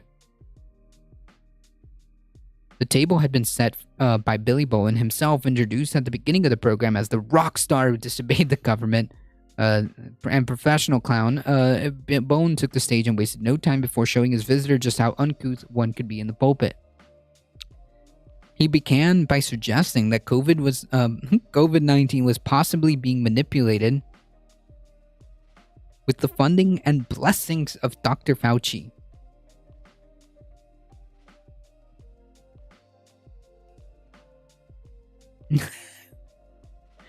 The man who puts us in the mask, when he heard scattered boos, Bowen said, "That's right, go ahead." The sanctuary filled with jeers. A minute later, the pastor was boasting about how far he'd taken his insults of Whitmer. "Probably the most egregious thing I ever did," Bowen said, chuckling, "was I did a Nazi salute and called her Whitler." Nice! Just casually memeing about doing Nazi salutes. Cool. Once the fossil fuel industry collapses, and it will collapse with the current generation, there will need to be some sort of transitional government-funded and government fund entitlement, whatever, to get the people through the following generation while society reordered itself. I agree. I agree. The only other alternative is to make sure that a lot of these jobs get moved into the newer sections. Those that can't should be helped. I mean, most certainly, like, there will be people affected by this, but I mean, like, the argument would then be like, do we then stop progress? I don't know. Do we then, like, this is like saying, like, we could never transition to, like, the motorized vehicles, because, like, what would we do with what would we do with the carriage industry, right? Like, or why would we ever transition to light bulbs? I mean, what would happen to the candle industry? This is like, yes, I understand there will be folks who will need help. There will be folks who need help, and we should help them.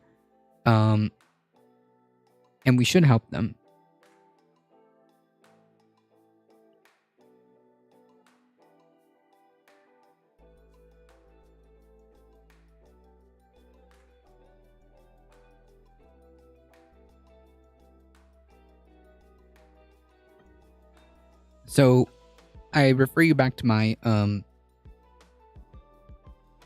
correct, that did happen 100 years ago. Yep, exactly. So I think we're in line. we will need to help these folks, and that's okay.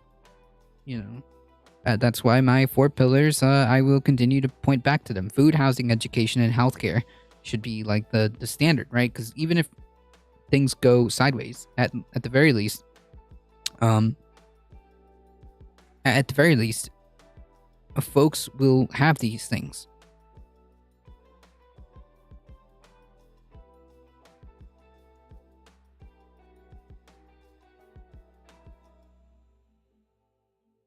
My ensuing visits to Floodgate and in long conversations with Bowen, it became clear that this type of extreme political expression is central to his search identity and his own.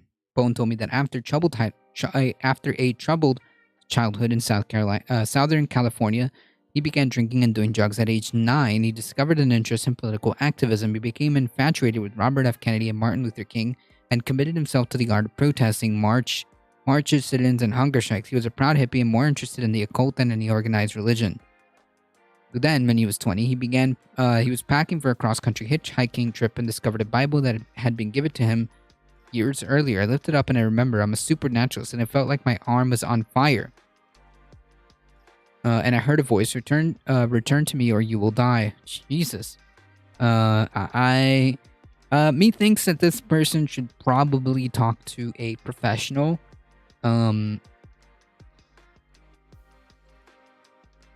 Yeah. Me thinks this person should talk to a professional if he's hearing voices, and experiencing things that aren't real.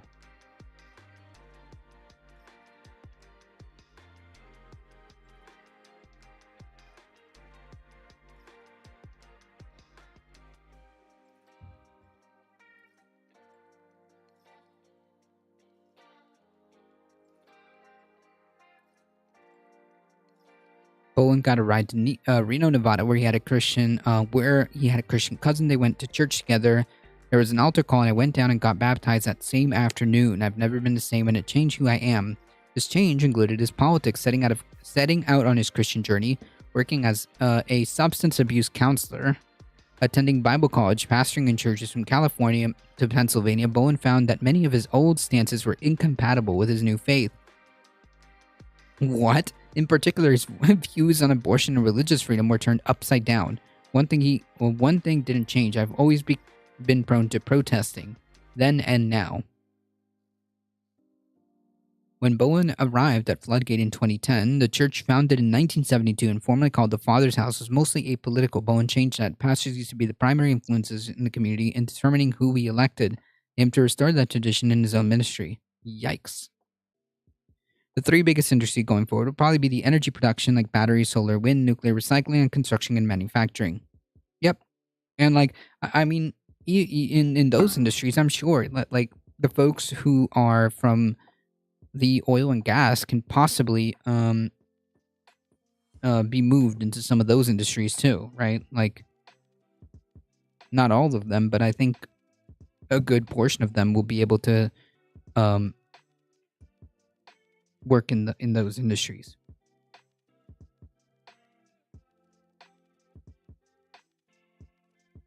Some people left the church, others joined, all while his congregation hovered right around 100 people. He leaned into plenty of political controversies, including Trump's candidacy, but his membership stayed flat. Looking back, it's fair to wonder whether that's because he was on the wrong side of a particular issue. Donald Trump was the last person I wanted elected president, Bowen said, letting go of a belly laugh. He thought Trump was a charlatan, a lifelong Democrat who was defrauding conservative voters. I mean, yes. Yes. Oil and gas could transition to water management and geothermal energy. There you go. Yeah, so like a lot of these folks will have opportunities. And those that don't or can't fully do a one-to-one, they should be helped. Membership flat, blame Trump. No, he wasn't extreme enough. That's why. So Bowen is someone who has lost touch with reality.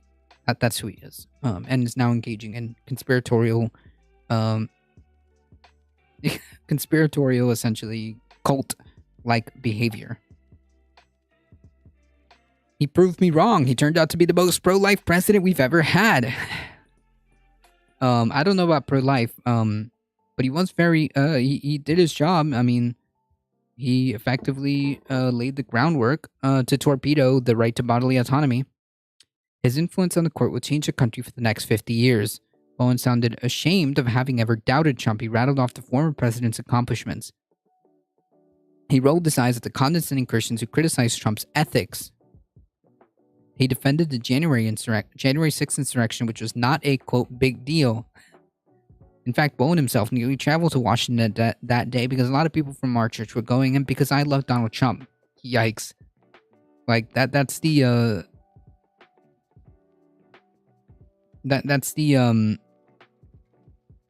problem, right?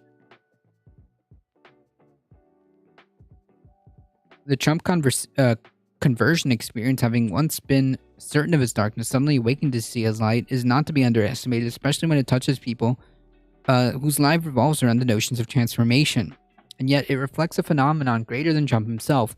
Modern evangelicalism is defined by a certain fatalism about the nation's character. But, like, why? Why is it about the nation, though? Like, okay.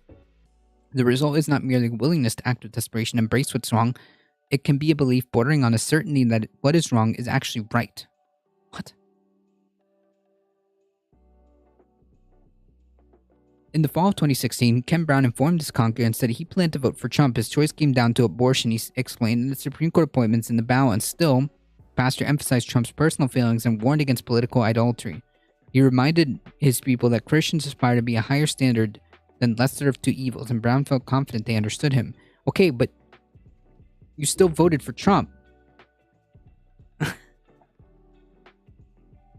Want a good church? Join maggots. Yeah, I mean, his confidence was misplaced. Over the next 4 years, the pastor watched as many of his people became MAGA disciples. They were glued to Fox News. Some posted ugly, combative messages on social media. A few devotees were of Alex Jones. Yeah. Surprise, surprise. Surprise, surprise. An internet radio host famous for his hateful conspiracy theories. When COVID arrived, bringing with it a new flood of misinformation, Brown and his leadership team wrote a letter to the congregation laying out the reasons for closing the church and specifying the sources they were relying on. They don't care. When you're that gone, it doesn't matter. Brown also launched a blog and a podcast vying for his members' attention at a moment when so many were suddenly stuck at home and swimming in hearsay and innuendo. Jen Furcus, who began attending Community Bible in 2003, wondered if Brown's efforts were coming too late. There are people at the church who had considered friends who have said very hurtful and unbiblical things, and it didn't just start during COVID. Furcus described herself as a moderate Democrat conservative, which she joked makes me the most liberal person at her church. When Trump became the Republican nominee and Pastor Brown shared his intention to vote for him, Furcus was so disappointed that she left for the church. She spent a year shopping around, but no other congregation felt right. Well, yeah, that's why, you shouldn't engage in these things. Instead of worshiping Jesus, it was Alex Jones. I guess. On Sunday, Furcus came back to the Community Bible and noticed something different about the place. It was Ken. He had changed. It wasn't the same guy who was sold out of his mind to, well, it all comes down to abortion in the courts. It was clear that he'd seen how his fanaticism had infected the church. Furcus recalled a few years ago, Brown delivered a sermon reminding everyone that whom Jesus had come to save. Clicking through a PowerPoint on his sanctuary's projector screen, Brown showed pictures of well-known faces. It was good for some laughs and lighthearted commentary. Then he put up a photograph of Ilhan Omar, the Democratic representative of Minnesota, Muslim wearing hijab. What about her? Did Jesus come for her? The room was silent. I love the evolution from Kem. I know it's come at a cost. Every person I spoke with Community Bible brought up the fact that some longtime members had quit the church. Brown acknowledged that his tactics had pushed away people, but he shrugged off the numbers, saying 4 or 5 families and a few individuals had left. Sometimes even when someone leaves, that means you've been successful in protecting the rest of your flock. But not anyone who's dissatisfied with the church leaves, at least not right away. Place like Community Bible with the core members who have been together for years. The concern isn't necessarily mass exodus, it's a mass estrangement, which people stop listening to the pastor, stop trusting one another, and the church slowly loses its cohesiveness. Well, yeah, that's what happens when you engage in this conspiratorial nonsense. It's not sustainable. What I worry about people is turning Ken out. What I worry about is people tuning Ken out and people who don't like his politics, and because of that, they stop letting him be their pastor. Letting him be their pastor. Jesus. Bob Fight, a high school history teacher who has attended Community Bible for more than a decade.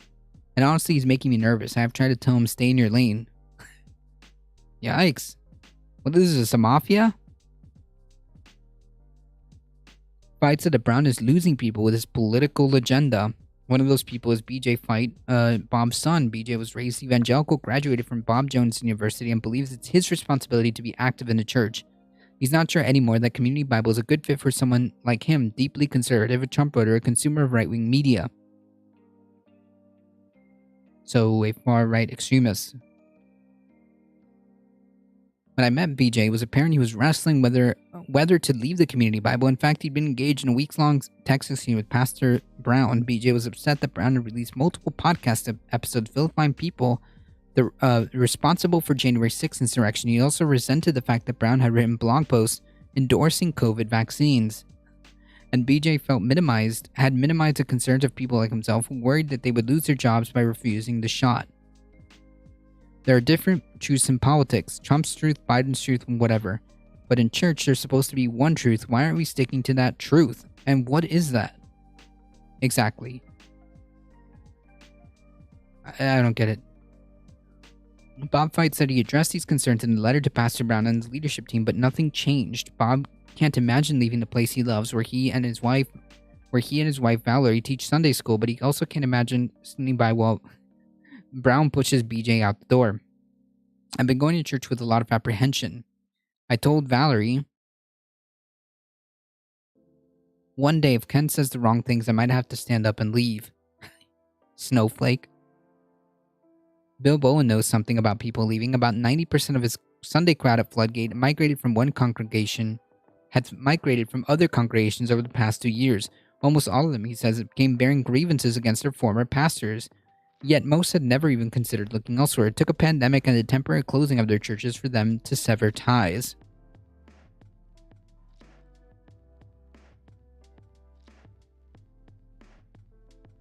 Okay, whew.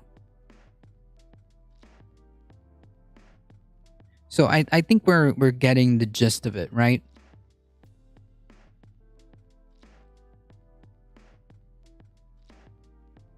How people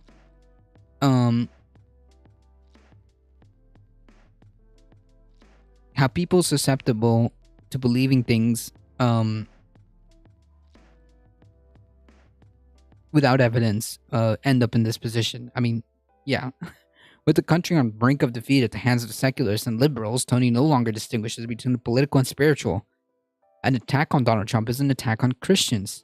Jeez, imagine having this logic. He believes that the 2020 election was stolen and part of a demonic plot against Christian America. America's not a Christian country. Yeah. And he's confident that righteousness will prevail. States are going to begin decertifying the results of last year and says Trump will be returned to office. Yeah. I mean, I think that the gist of the story has been made. Yeah, these people are scary. And the fact of the matter is that there's enough of them to make an impact is deeply disturbing. Wow, that is some healthy cognitive dissonance. Yeah. Make no mistake, folks. Conservatives, these people can and will,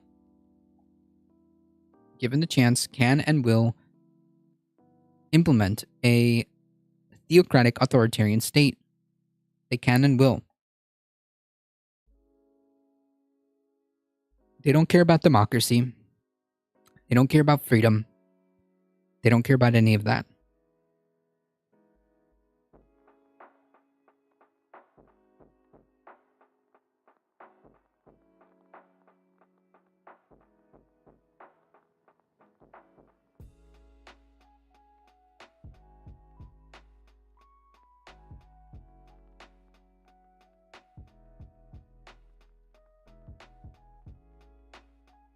All right, so let's talk about the Inflation Reduction Act. Come on, Bernie. Democrats clash on Senate floor over Sanders' proposal. Tension simmered on the Senate floor early Sunday as members clashed during an overnight voting marathon over a proposal. Oh no. Offered by Senator Bernie to restore the party's expanded child tax credit. Imagine being up in arms about one of the most popular aspects of the American Rescue Plan. Imagine being up in arms about restoring a child tax credit that helped a bunch of people. Imagine. Which lapsed last year as part of the Democrats' sprawling tax, healthcare, and climate bill dubbed the Inflation Reduction Act. But Vermont Independent was the only one to support the revision as it ultimately failed in a 1-97 vote. The vote came as the Senate hunkered down for hours-long vote-orama, one of the last key hurdles Democrats have to clear to secure the passage for their mammoth spending bill. During the often grueling and drawn-out voting sessions, any senator has a chance to force a floor vote on an amendment. In floor remarks ahead of the vote on Sunday, Sanders said the amendment sought to bring back a temporary expansion of the credit which passed in the American Rescue Plan, a sweeping coronavirus relief package that the Dems passed last year. Pathetically, the U.S. has the highest child poverty rate of almost any major country on Earth, and it is especially high among people of color. This is the wealthiest nation on Earth. We should not have the highest rate of childhood poverty of almost any country. I mean, true. True. That's basically all there is to say to that. It is wild to me that you proposed something that was A, immensely popular, and B, actually helped people. And imagine that causing an uproar.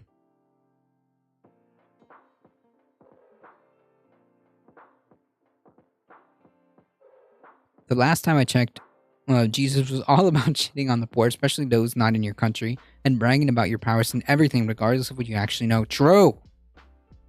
That is supply side Jesus, or Republican Jesus. Sanders is 100% right, but your politics and corporate interests undermine the whole process. Yeah, I think there's definitely, yeah, I think so. Republicans block cap on insulin costs for many Americans from Democratic deal. Republican senators on Sunday voted down a cap on the price of insulin in the private market, removing it from Dems' sweeping climate and economic package. So, Republicans, so if you're, like many of the, millions of people in this country, that has diabetes and needs insulin, you can personally thank the Republican Party, the Republican senators, for voting down a cap on the price of insulin in the private market, removing it from the Dems' climate and economic bill package. Democrats had tried to preserve the provision to cap insulin costs at $35 for private insurers, but the vote failed 57-43, with 7 Republicans voting with them to keep the insulin cost cap in the bill, 3 short of what was needed. The move was expected to follow a decision by the Senate parliamentarian, who determined earlier that the insulin provision was not compliant with the chamber's strict budget rules. Okay. Democrats need to comply with those. No, Democrats are told that they need to comply with these rules to advance legislation, whether or not they have to. I don't know if that's true. I think they can disregard the parliamentarians' recommendations. Called the Inflation Reduction Act without any Republican votes. The legislation, however, still includes a $35 copay cap on the price of insulin for seniors on Medicare. Because preventing political wins on the other side of the aisle is more important than human life. True. My team needs to win. Following the vote, Senate Finance Committee Chair Ron Wyden accused Republicans of caving to pressures from pharmaceutical industry at the expense of citizens. The vice president can override the parliamentarian. There you go. Republicans have just gone on the record in favor of expensive insulin. After years of talks about taking on insulin makers, Republicans have once again wilted in the face of heat from Big Pharma. Yeah, but it's not just Big Pharma, dude. Republicans don't give a shit. Fortunately, the $35 insulin copay cap for Medicare remains in the bill, so seniors will get a relief from the high insulin costs. I will continue to work on to deliver low insulin costs to all Americans.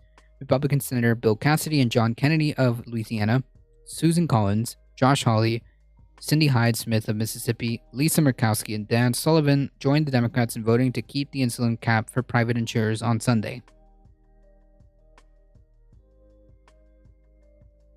Senators have been working through the weekend on amendment votes after the chamber advanced the bill on Saturday in a 51-50 procedural vote, with all Republicans opposing the motion to proceed with the bill and Vice President Harris casting the tie-breaking vote. Senate Dems are aiming to pass the legislation on Sunday, bringing law-installed elements of President Joe Biden's agenda, including major spending to combat climate change and extended healthcare coverage, one step closer to reality. The package will then head to the House, which is currently planning to pass it on Friday.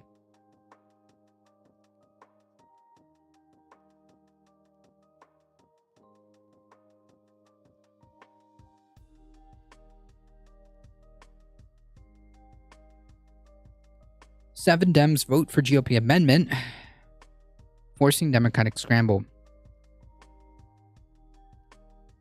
Correction, 7 Democrats voted for the GOP amendment that would extend a cap on the salt tax deduction. A previous version included incorrect information. Madam President and girl boss Kyrsten Sinema backed a Republican amendment to shield businesses that rely on capital investment from private equity groups from the 15% corporate minimum tax that Senate Majority Leader Chuck Schumer included in the Inflation Reduction Act. Nice. Thanks. Thanks, Kyrsten Sinema. Thanks, Democrats. Senator Catherine Masto, Maggie Hassan, Mark Kelly, John Ossoff, and Jack Rosen and Raphael Warnock also voted for the amendment. Cool. And also one of the most important votes, one of the most important states, too. Jesus. The amendment was sponsored by Senate Republican Whip John Thune, who says the 15 corporate minimum tax would raise tax on businesses with less than $1 billion in profits because they would apply to private equity groups that have partnership interests in those businesses. Don't give a shit. What? The amendment would be paid for by a 1-year extension of the cap on state and local tax deductions that was a key feature of the 2017 tax cut. What? Oh.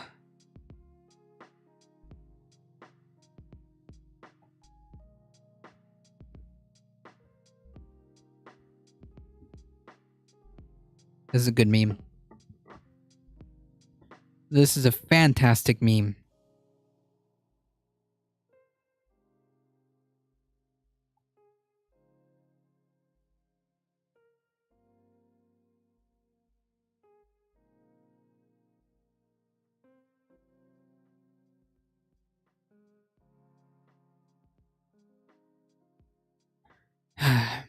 The amendment could have imperiled the final passage of the bill as it would hit residents of high-value blue states, such as New York, New Jersey, Connecticut, and California.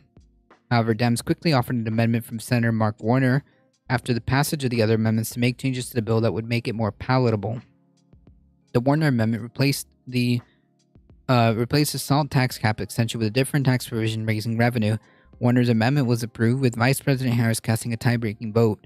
Some Democratic senators privately expressed frustration on Sunday morning that Sinema was backing away from the deal she announced with Schumer last week to narrow the 15% corporate tax minimum by allowing companies to continue to fully expense major capital investments.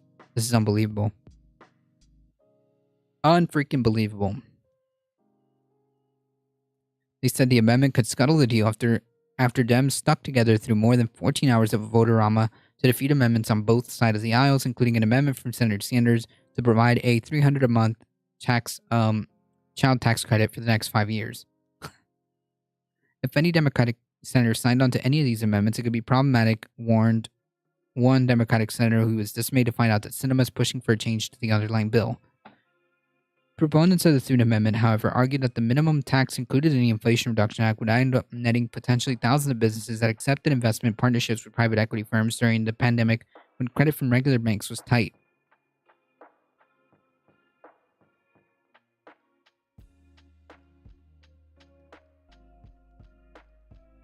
Sinema is concerned that small businesses such as plant nurseries and car detailing shops in Arizona could be caught up in the corporate minimum tax if they have a partnership relation with a private equity firm that, together with all its subsidiaries, exceed $1 billion in profits.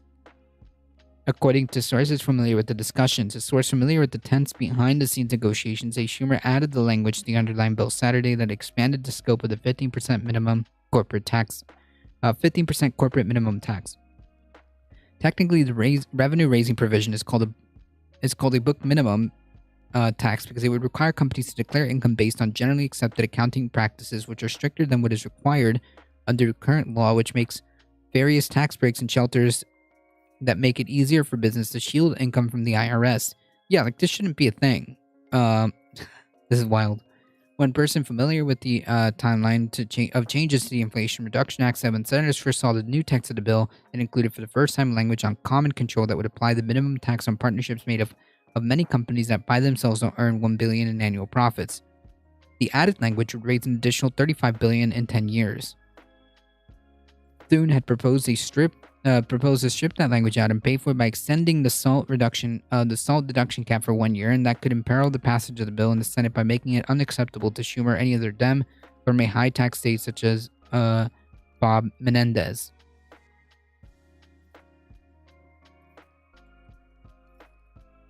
Good memes.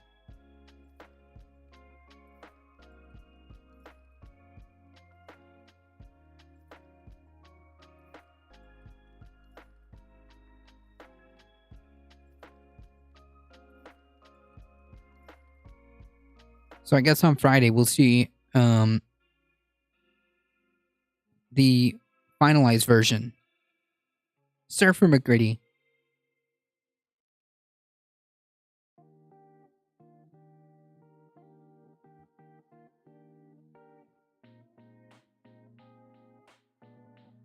Howdy, howdy.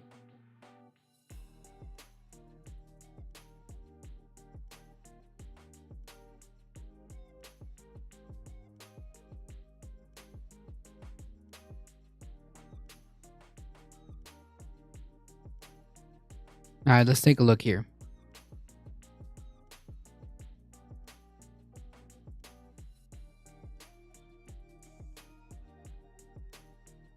This episode is brought to you by Audible. True. This is Republican State Senator Doug Mastriano. He's the Republican who's ahead in the polls for governor. Earlier this year, Democrat Josh Shapiro spent $840,000 on this ad for far-right Republican candidate Doug Mastriano. He wants to end vote by mail, and he led the fight to audit the 2020 election. In June, the Democratic Colorado PAC funded this ad for far-right candidate Ron Hanks. And you better believe that back in May, the Democratic Governors Association ran this ad for the far-right Republican Darren Bailey. Before I explain what's going on, look at this ad. This one was funded by a Nancy Pelosi PAC in California. Try to remember that while you're watching it. Nice. As a Pennsylvanian, I'm scared of what it means if he becomes governor. Oh, yeah, it's effed. It's an F situation. That guy is scary. Because this is what these ads look like in practice. Same label, so Republicans gotta check the ingredients. David Valadao claims he's Republican. Yet, David Valadao voted to impeach President Trump. Yeah, Valadao voted to impeach Trump. And Republican Chris Matisse, a true conservative, 100% pro-Trump and proud. Pro-Trump Republican Chris Matisse, military veteran, local business. This is a Democratic ad. This man, or politician David Valadao, who voted to impeach Trump. Republicans, it's time to decide. House Majority PAC is responsible for the content of this ad. All these ads are essentially the same. They're all targeted at a conservative audience, and they all paint the candidates in the same way, as the most conservative candidate that's closest to Trump. In other words, as the Republican voter's best choice. What the f*** is going on?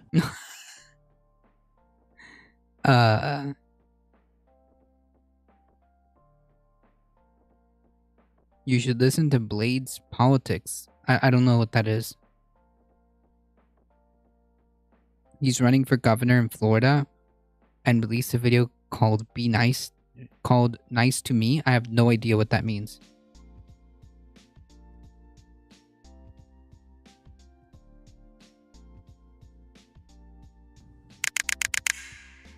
In simple terms, the Democratic... Alright, I gotta check this out. What is this in regards to? Blades.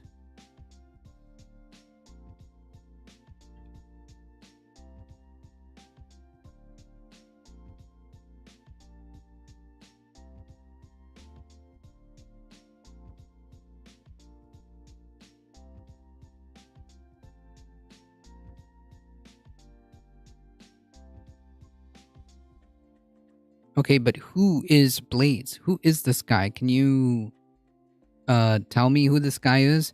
I just noticed that you do have the majority report set. Yeah.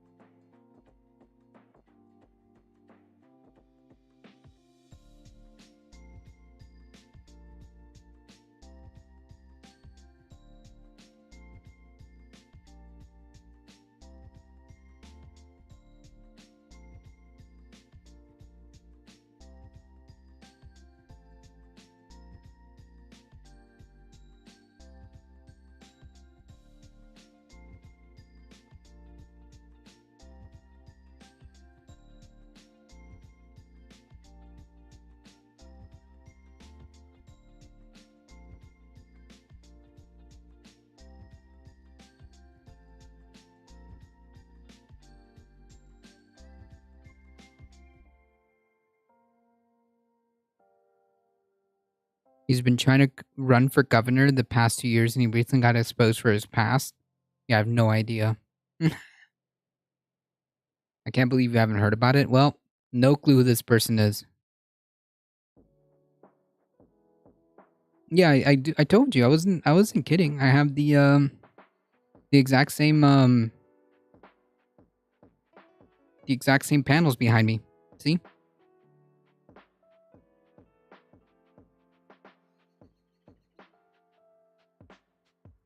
If it's music, I'll have to watch it on my own time.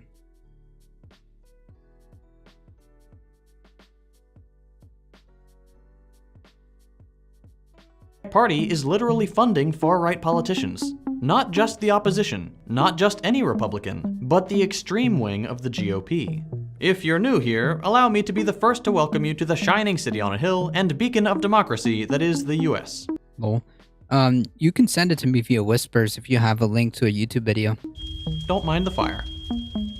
These ads are really, really weird. Not just because one party is funding another, that's already insane. It's the specific kinds of candidates being funded. The kind of candidates Democrats say they hate.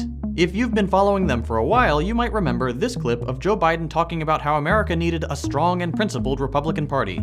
We need a Republican Party. We need an opposition that's principled and strong. And it's not just Joe. Nancy Pelosi said the same thing about needing a strong Republican Party earlier this year.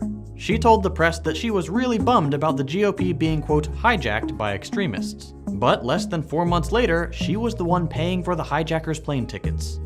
At first, this might look like hypocrisy. Democrats say they want a moderate opposition, but they fund the far right.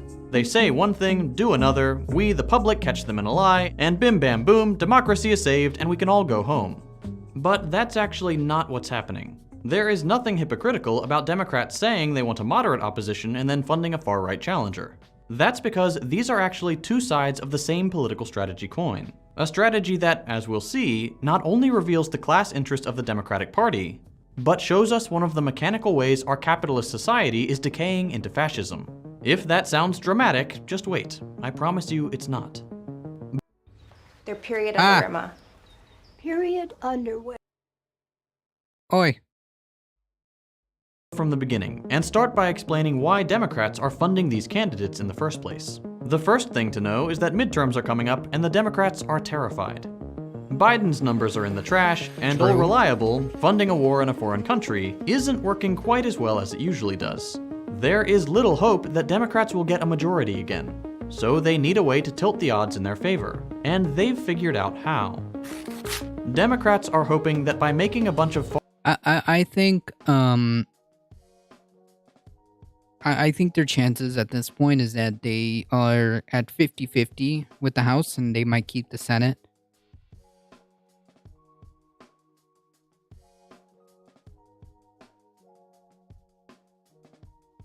far-right nutjobs win GOP primaries, two things will happen in general elections. One, moderate Republicans will be outraged and vote for a more centrist blue candidate. No. No. And two, solidly left-wing voters will also be outraged and vote for the lesser of two evils out of necessity. And the problem is that this strategy has worked for them before.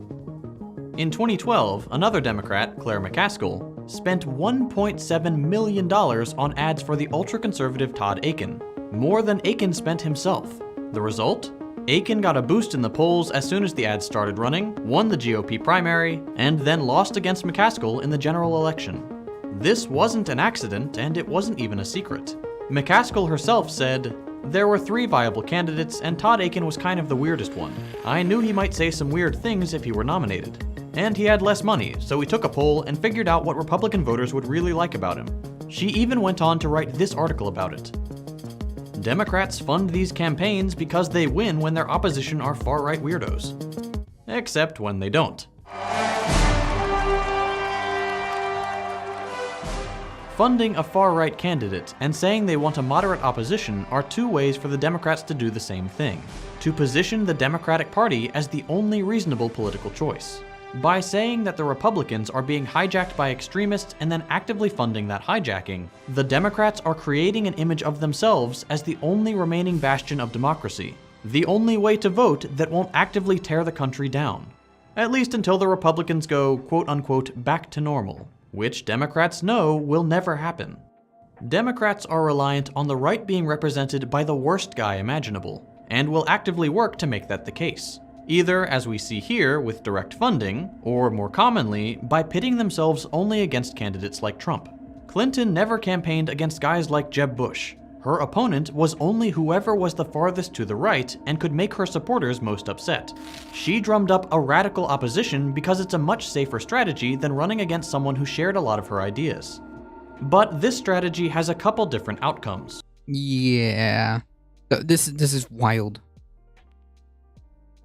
This is wild to me that this is like a feasible political strategy in their heads. Yeah, it would be nice if we had 2 distinct parties instead of a mild corporate party and the spicy corporate party. Yeah, but one spicy corporate party does not believe in democratic norms. That's the problem. What's normal anyways for Republicans? Think about that. There's some scary-ish to think about. That's true. As we see. It might, as Democrats hope, bring some moderate Republicans to their side and get more blue voters out to the polls. Maybe.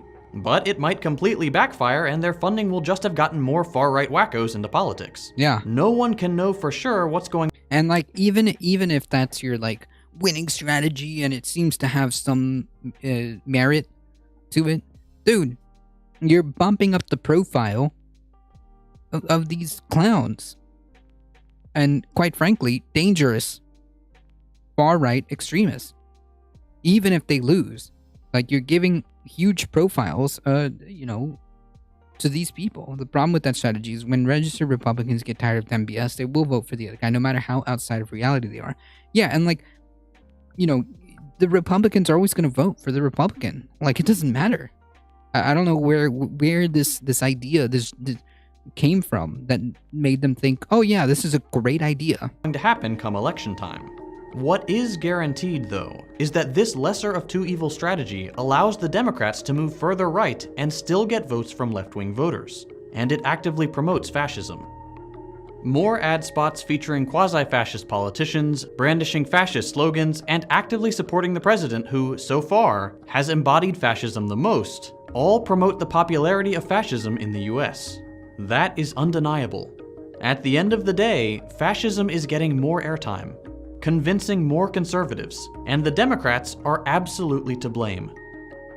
With not the best odds of winning, and with the knowledge that this strategy promotes ultra-conservative politics in America, why would the Democrats run these ads? After all, Democrats aren't fascists, they're liberals. There is a difference. Why are they going with a risky strategy that, even in its best case scenario, actively makes society worse? Because they have no foresight. Republicans value loyalty more than anything. The FBI raids Mar-a-Lago at 4:16 p.m. today. Really? Can you post a link for that to the chat? Post a link to that. That's a good meme.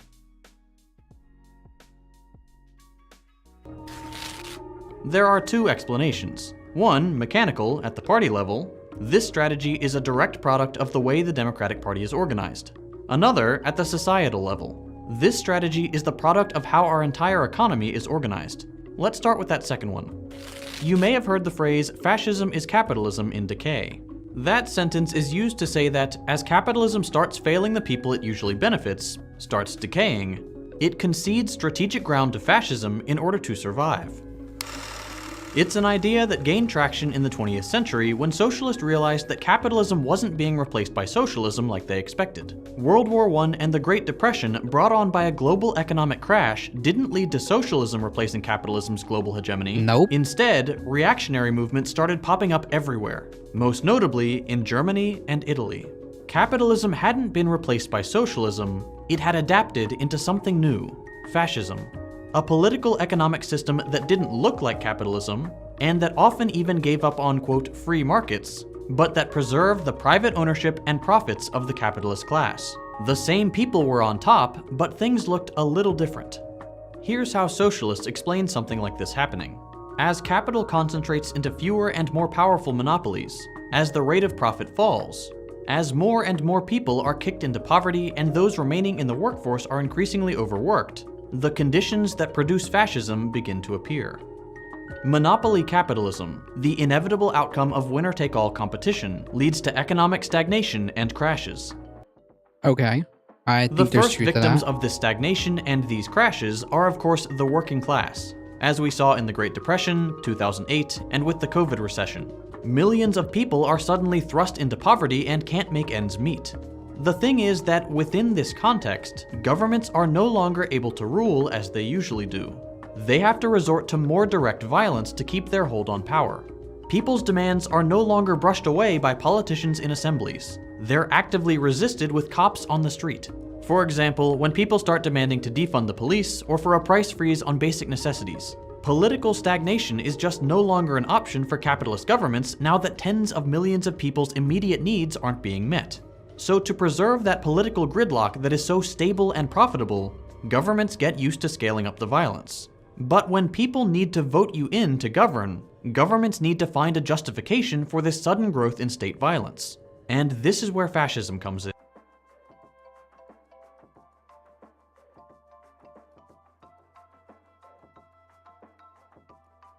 Explain the decay of capitalism not by the inherent flaws of the system, but by its corruption by a small minority. A minority usually separated out from the rest of society along arbitrary lines, like race, ethnicity, or place of birth. Fascists assert that it is these minorities, not the natural tendency for wealth to accumulate into fewer hands. Yes, but I don't know if it's... I mostly agree with this. Under capitalism, that has pushed the masses into misery, and therefore that state violence is legitimate in order to punish those minorities and anyone who defends them or advocates for systemic change. After all, the system is perfect. It's those people that are the problem. Fascists explain away the failure of the system and its sudden uptick in violence with scapegoating. It's as simple as that. Because this kind of narrative is beneficial to established capitalist governments, this struggle for power gets mirrored at the national level. Governments that benefit from capitalism would rather concede to fascism and keep their benefits, rather than allow for socialism to grow in popularity and upset their power and private interests.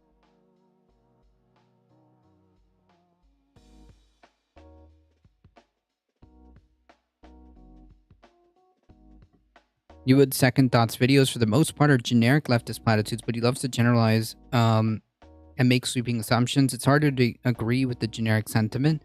Yeah, I mean, like, the purpose of these videos are clear. The one thing that, like, I will say is that it's not... I don't think that it's just because capitalism wants to preserve its power. I think that,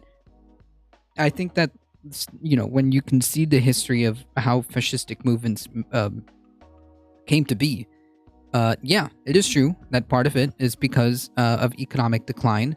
Economic crashes causes instability, and instability opens up the pathways for authoritarian thought. I mean, that's just the way it is, in my opinion.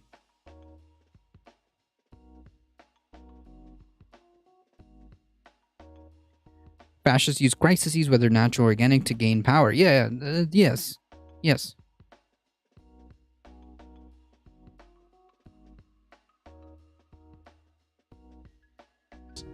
This theory of fascism is how socialists explain the 20th century. But practically speaking, how does this concession to fascism actually happen?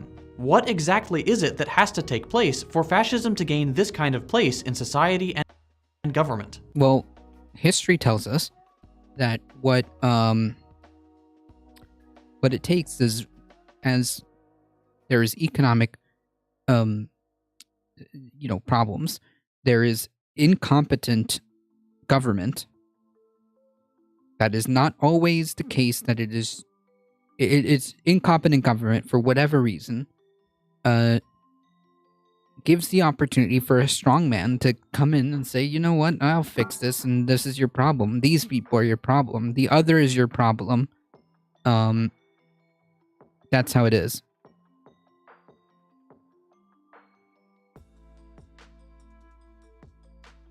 Yeah, they manufacture. I think that it is manufactured, right? Like, in order for you to be on board with the idea of fascism, the crisis is manufactured. Because while there may be economic issues, and while they have perfectly explainable reasons, the answer isn't the other is the cause of the problem, right? Like that's the whole point. You have to manufacture that idea into existence. They don't offer they don't offer solutions. That's not their intentions. They find enemies. That's how fascism works, and those enemies are minorities or the other, right? That's the theme. It's not consistent ideology, but more of a theme, right? Yeah. If you can capitalize on people's economic anxiety or the anxieties that are happening, and then say, okay, these are your problems. These people are the cause of your problems. Yeah, but that part has to be manufactured. This is where the Democratic Party comes in. What? You probably know that another idea, socialism, has gained traction these past few years. Around 70% of millennials and Gen Z say they are somewhat or extremely likely to vote for a socialist. And nearly a quarter of them believe society would be better if all private property was abolished. Faced with this demographic information, the Democrats have two choices. Either they adopt socialist policies, or they win elections. The thing is, they can't do both. Not at a party-wide level. That's because the Democrats aren't just contending with the public's pressure when they run for office. While the public may want socialism, more than ever before, not every Democrat can adopt socialist rhetoric and policies into their program. That's because at the core of every Democrat's strategy is the question of how do you get funding? Average people don't contribute that much to political campaigns, and very wealthy people will not fund a party with policies that threaten their profits. They just won't. Not if that threat starts becoming real. A few socialists in the party is okay, but a party that embraces socialism can't afford to run nearly as many ads. I don't know if strictly that's how that works, but here's the biggest mistake lefties make when talking about fascism. They associate it with historical fascism like Hitler's Nazism or Italian fascism. This type of approach doesn't work. Fascism has changed and evolved. Fascism today is not a brown shirt. Well, I think there are equivalents, and I think that there's elements of it, but I don't think you can just deploy the same strategy. Their strategy is more...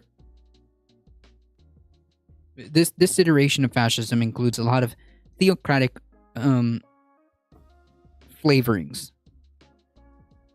I don't know if it was you or somebody in chat named the term theofascist.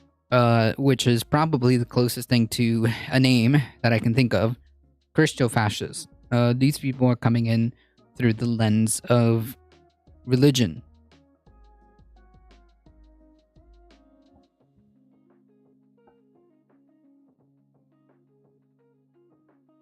That means that Democrats who support socialist policies will have to fight an upstream battle. They'll need to fundraise at a much more grassroots level. They'll have to contend with constant... Yeah, crypto-fascists? Yeah, but they're not so crypto anymore. They're not as crypto. they're not as crypto. It's just more like the flavoring is more religious now. Massive, like a Christian flavoring to it. Colonization in media institutions owned and operated by some of the wealthiest people on Earth. And they will constantly deal with the pressure of simply existing within a party that is not hospitable to socialist ideas.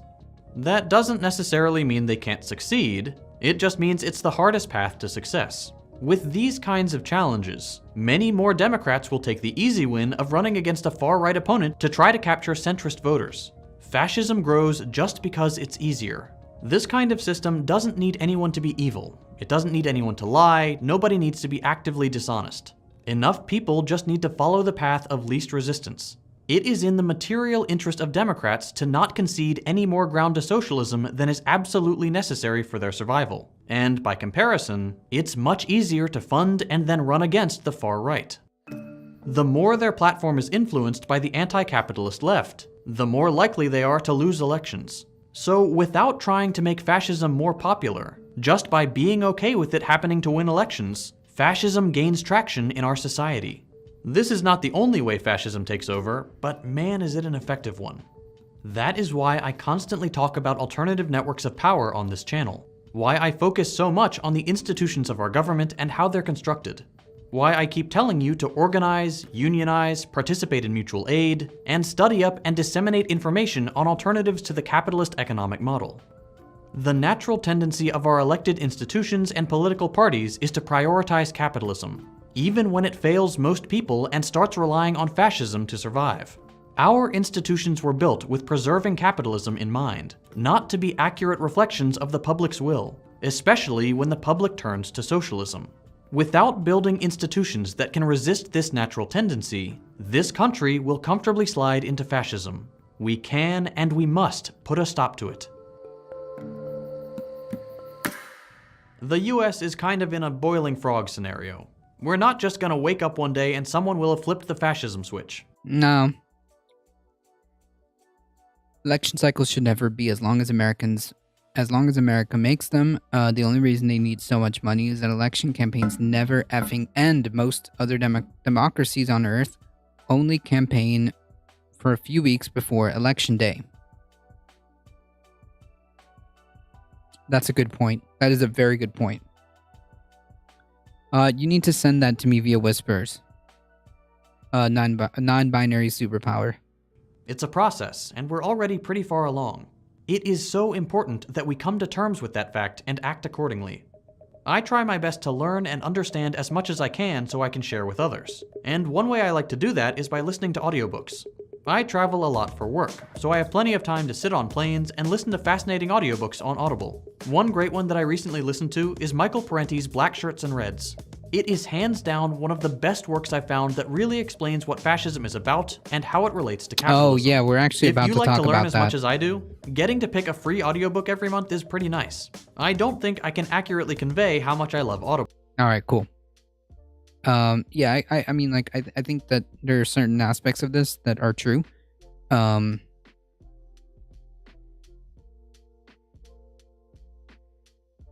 the U.S. is overall far more to the left of both parties. Though the U.S. is far more to the left of both parties, I have to overestimate how left the U.S. is overall, and that's how Bernie lost is another problem. Well, among other things. There should be no money in political campaigns. Agreed. These expensive, branded campaigns should be replaced with cheap, nonpartisan voter guides focused on policy. If only, my friend, if only. Good luck even finding policy positions on campaign websites these days. Yeah, it's all feelies. You're right. It's all to rile up the base.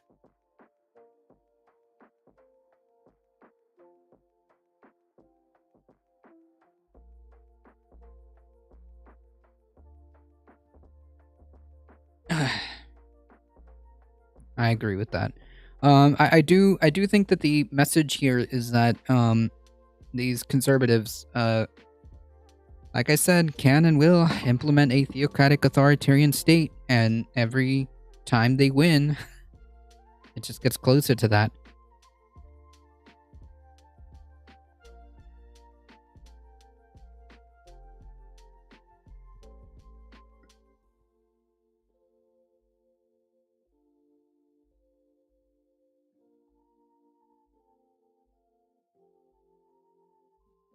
All right.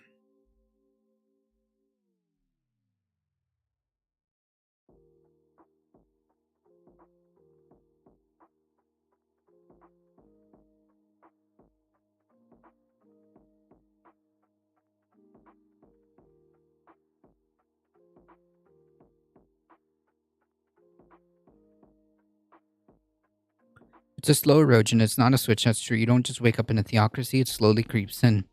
Yep. It's the boiling frog scenario. And like I said in previous streams, once the flip is switched, once it happens, there's no going back. There's no going back. It took 50 years for them to chip away at Roe. No need to give them any more. Trump says FBI agents raided his Florida home. Based. Former President Trump said on Monday that his Mar-a-Lago estate in Palm Beach has been raided by FBI agents. After working and cooperating with relevant government agencies, this unannounced raid was on my home was unnecessary and or appropriate. I don't know. I don't know about that.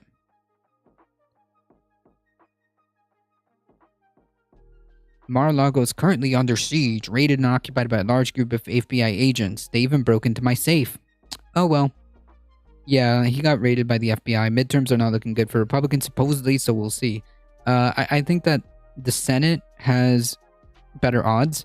Them keeping the House is up for is up in the air. It's a 50-50. It's a coin flip at this point. We'll see.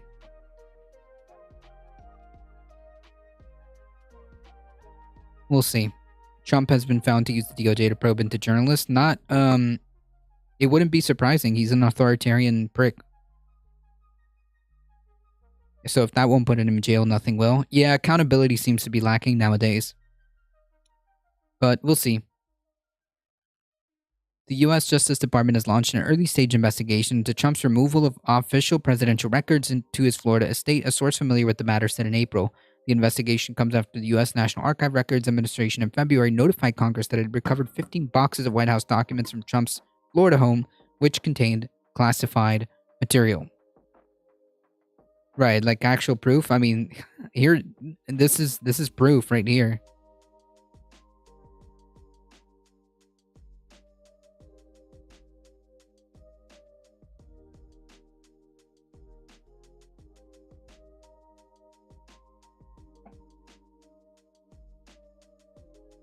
The FBI executed a search warrant today. Oh, so it's not inappropriate. This is quite appropriate. He got the search warrant.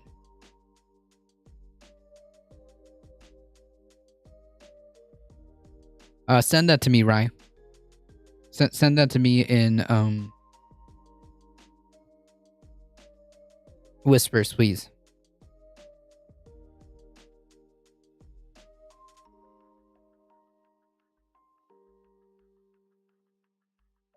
Anti-vax to the max? Jesus.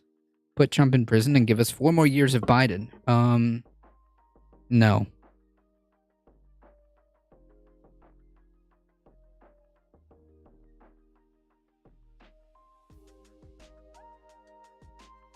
Huh.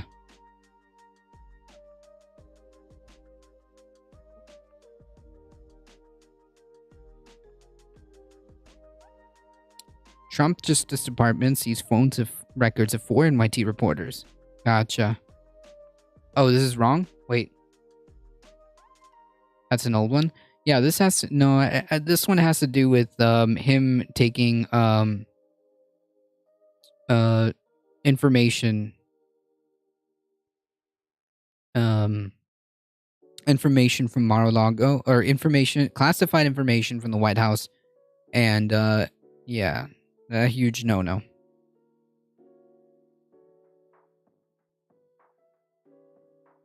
All right, folks, we'll see what happens with that. I don't know. Accountability, we'll see.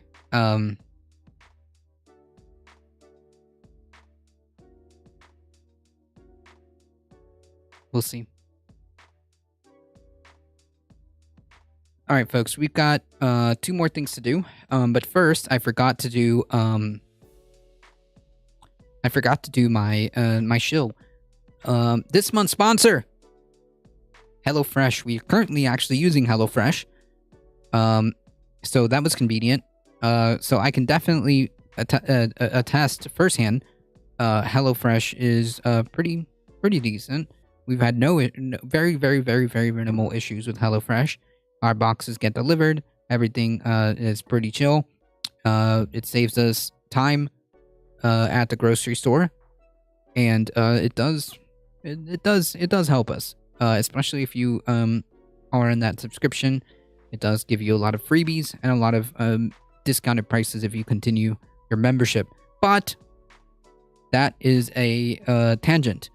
This month's sponsor, HelloFresh. If you use code POGHF475, you get up to 16 free meals plus 3 surprise gifts across your 6 HelloFresh boxes and free shipping on your first box. Look at that. Click the link. Use POGHF475, and you get to support the stream. Look at that. 2 for 1 special, right? 2 for 1.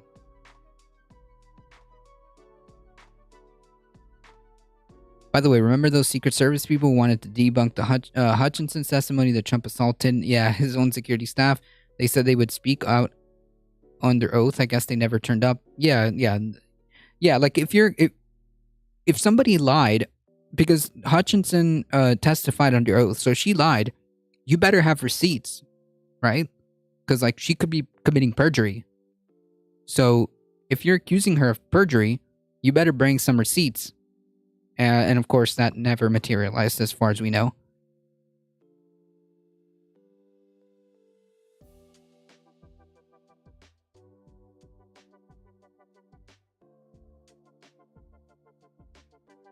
Correct. None of the people criticizing testimonies never turned up to speak under oath. Yeah, because they know. They know. It's a freaking charade. They know it's a circus.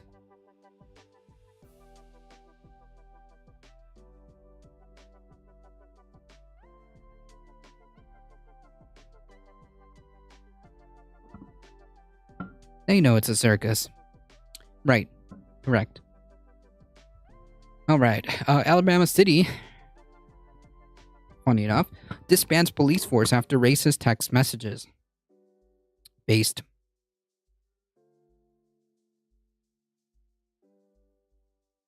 The small city of Vincent, Alabama. This is a nice blueprint of what could possibly be. The right-wing machine is upset about Mar-a-Lago and tries to hide. That's funny.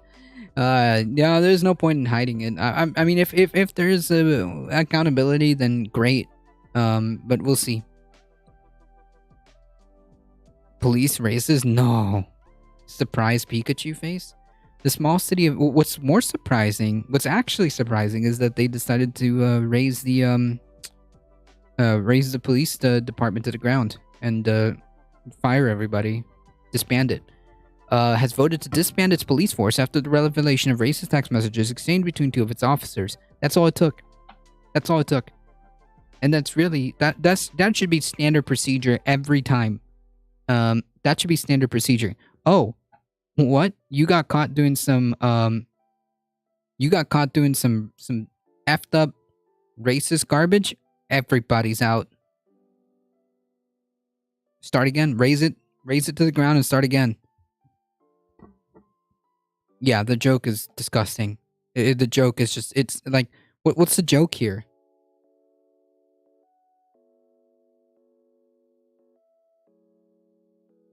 Like, even edgy jokes have some type of, like, meaning behind it, right? This is nothing. This is just straight up, like, racist. Like, this is something a 13-year-old on the internet would say in a Call of Duty lobby.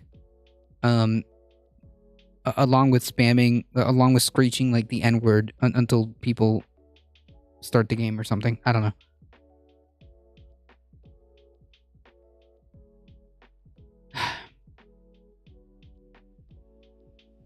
Stop. Okay. In the exchange, which recently surfaced on social media, one user named 752 asked, "What do you call?" Okay, I'm not reading this joke. This is just too much. The messages were first reported by AL.com on Tuesday, and the same day, the Vincent City Council met to decide on this issue. Earlier on Tuesday, the police chief, James Srajji, said that the department has conducted an internal investigation and taken the appropriate, like you can all see it there. It's there. So, yeah. Earlier, they had taken appropriate disciplinary action, but on Thursday, Sargli himself was identified as one of the officers who was terminated. What? Oh my god. On Friday, the sheriff's office, Assistant Chief John Goss was also terminated, and the city council then voted to disband the whole department. Based. On Friday, the sheriff's office of Shelby County said in a statement they condemned these actions and their office was helping the citizens with emergency law enforcement service. Yeah, fuck out of here. The population of the town of southeast Birmingham is about 2,000 as of 2021, with fewer than 500 African Americans and only 8 Hispanic people. Yeah, like, every time disgusting behavior happens like this, the whole department should be disbanded and start again. If you act in this manner, you should not be a police department. You should not be in the police. And furthermore, if you are the police chief, and then you're later to find out to be one of the people that were terminated, because there was only 2 people in this scenario, my friends. There was only 2 people, and he was one of them. Okay? And he's the police chief, then yeah, the whole department's gotta go. Yep. Too bad. Yeah, clean slate. Exactly. When things like this happen, clean slate. It's the effing Deep South. It's calling water wet. Oh yeah, 100%. The story here is that they actually disbanded the whole department in the town. Okay, that's the story here. It's not the racism, because that's kind of, understood. Yes, that's like calling water wet.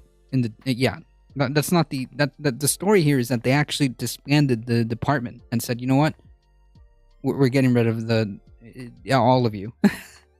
So,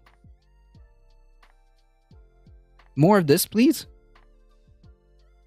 Yeah, that's good. You need to weed out. Yeah, any person, any police officer who is found acting in this behavior, this should be the immediate response, especially the police chief. If the police chief is acting in this manner, like, immediately, that the whole department is compromised. The whole department. F it. All of you, gone. Bye. The same goes for eligibility to be hired by another department too. If you're found to do these type of actions, you should not be a police officer, period. No other department should be able to hire you. Yeah. If you want to be a racist piece of shit, there are consequences. If you want to be a racist piece of shit in a position of power, no. The police takes its note from the Catholic Church. They reshuffle their own into different departments if they get caught. Yeah. That's what I'm saying.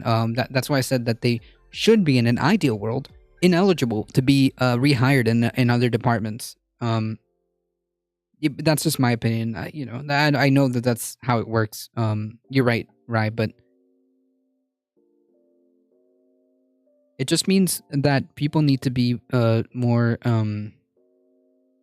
eyes open and see something and say something. Because every time these fuckers do some shit like this, it needs to be out there, and the solutions exist, right? This is why the city council is so important, folks. This is why local politics is so important. Your city council is so important.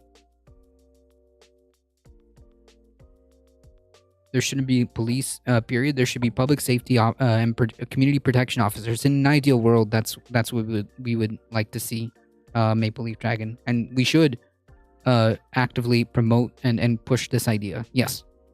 There should be no reason, as to why this is the way it is.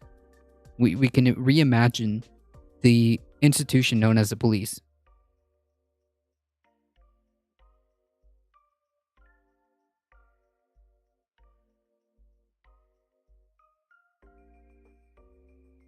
You can even sequester them to do something about the overturning of Roe at a local level.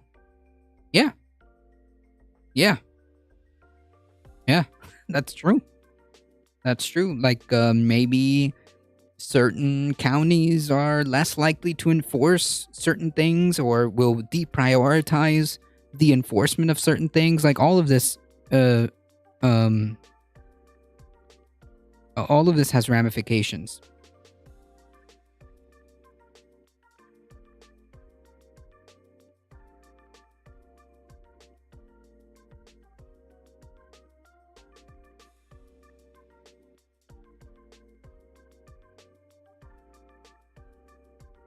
I mean, yeah, that's a concern, right? But they do that now.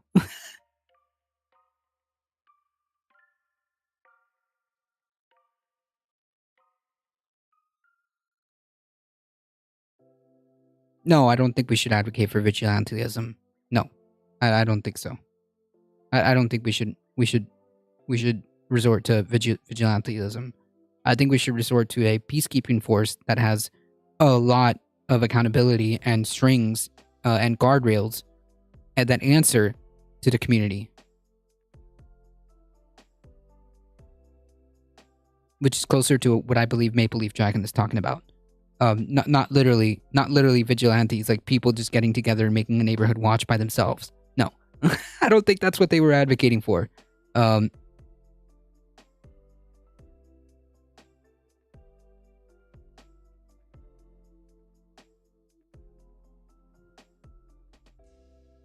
I don't think they were advocating, nor did they say that they were talking about vigilantes like getting together and just a bunch of civilians self-policing. No, I don't think that that's what they meant.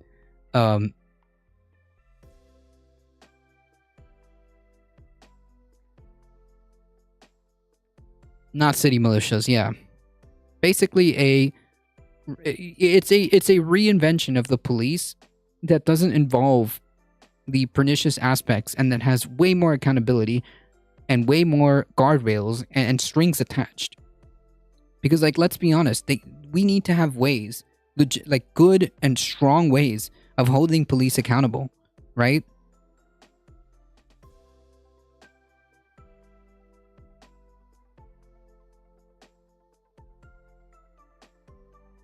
All right, folks. This is based on poggers, and it is a blueprint of what could be. You know, it is a blueprint of what could be. Imagine if all departments adopted this type of procedure, where if something like this happens, boom, instantly dissolve the whole department, start from scratch, reinvent or reimagine the institution known as the police.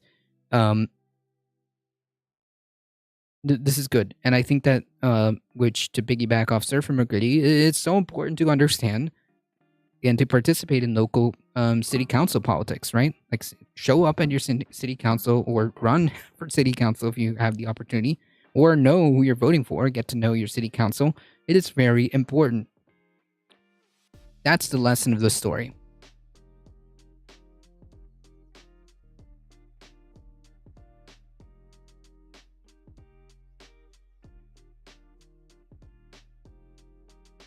All right, folks.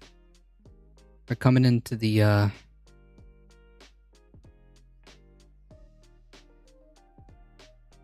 fuel when Egypt hosts COP27. Will Africa support gas as a transition fuel when Egypt hosts COP27? And did the U.S. Senate pass the Inflation Reduction Act? Welcome to the Climate Recap from the Beckisphere Climate Corner, your go-to place for international and U.S.-based climate news.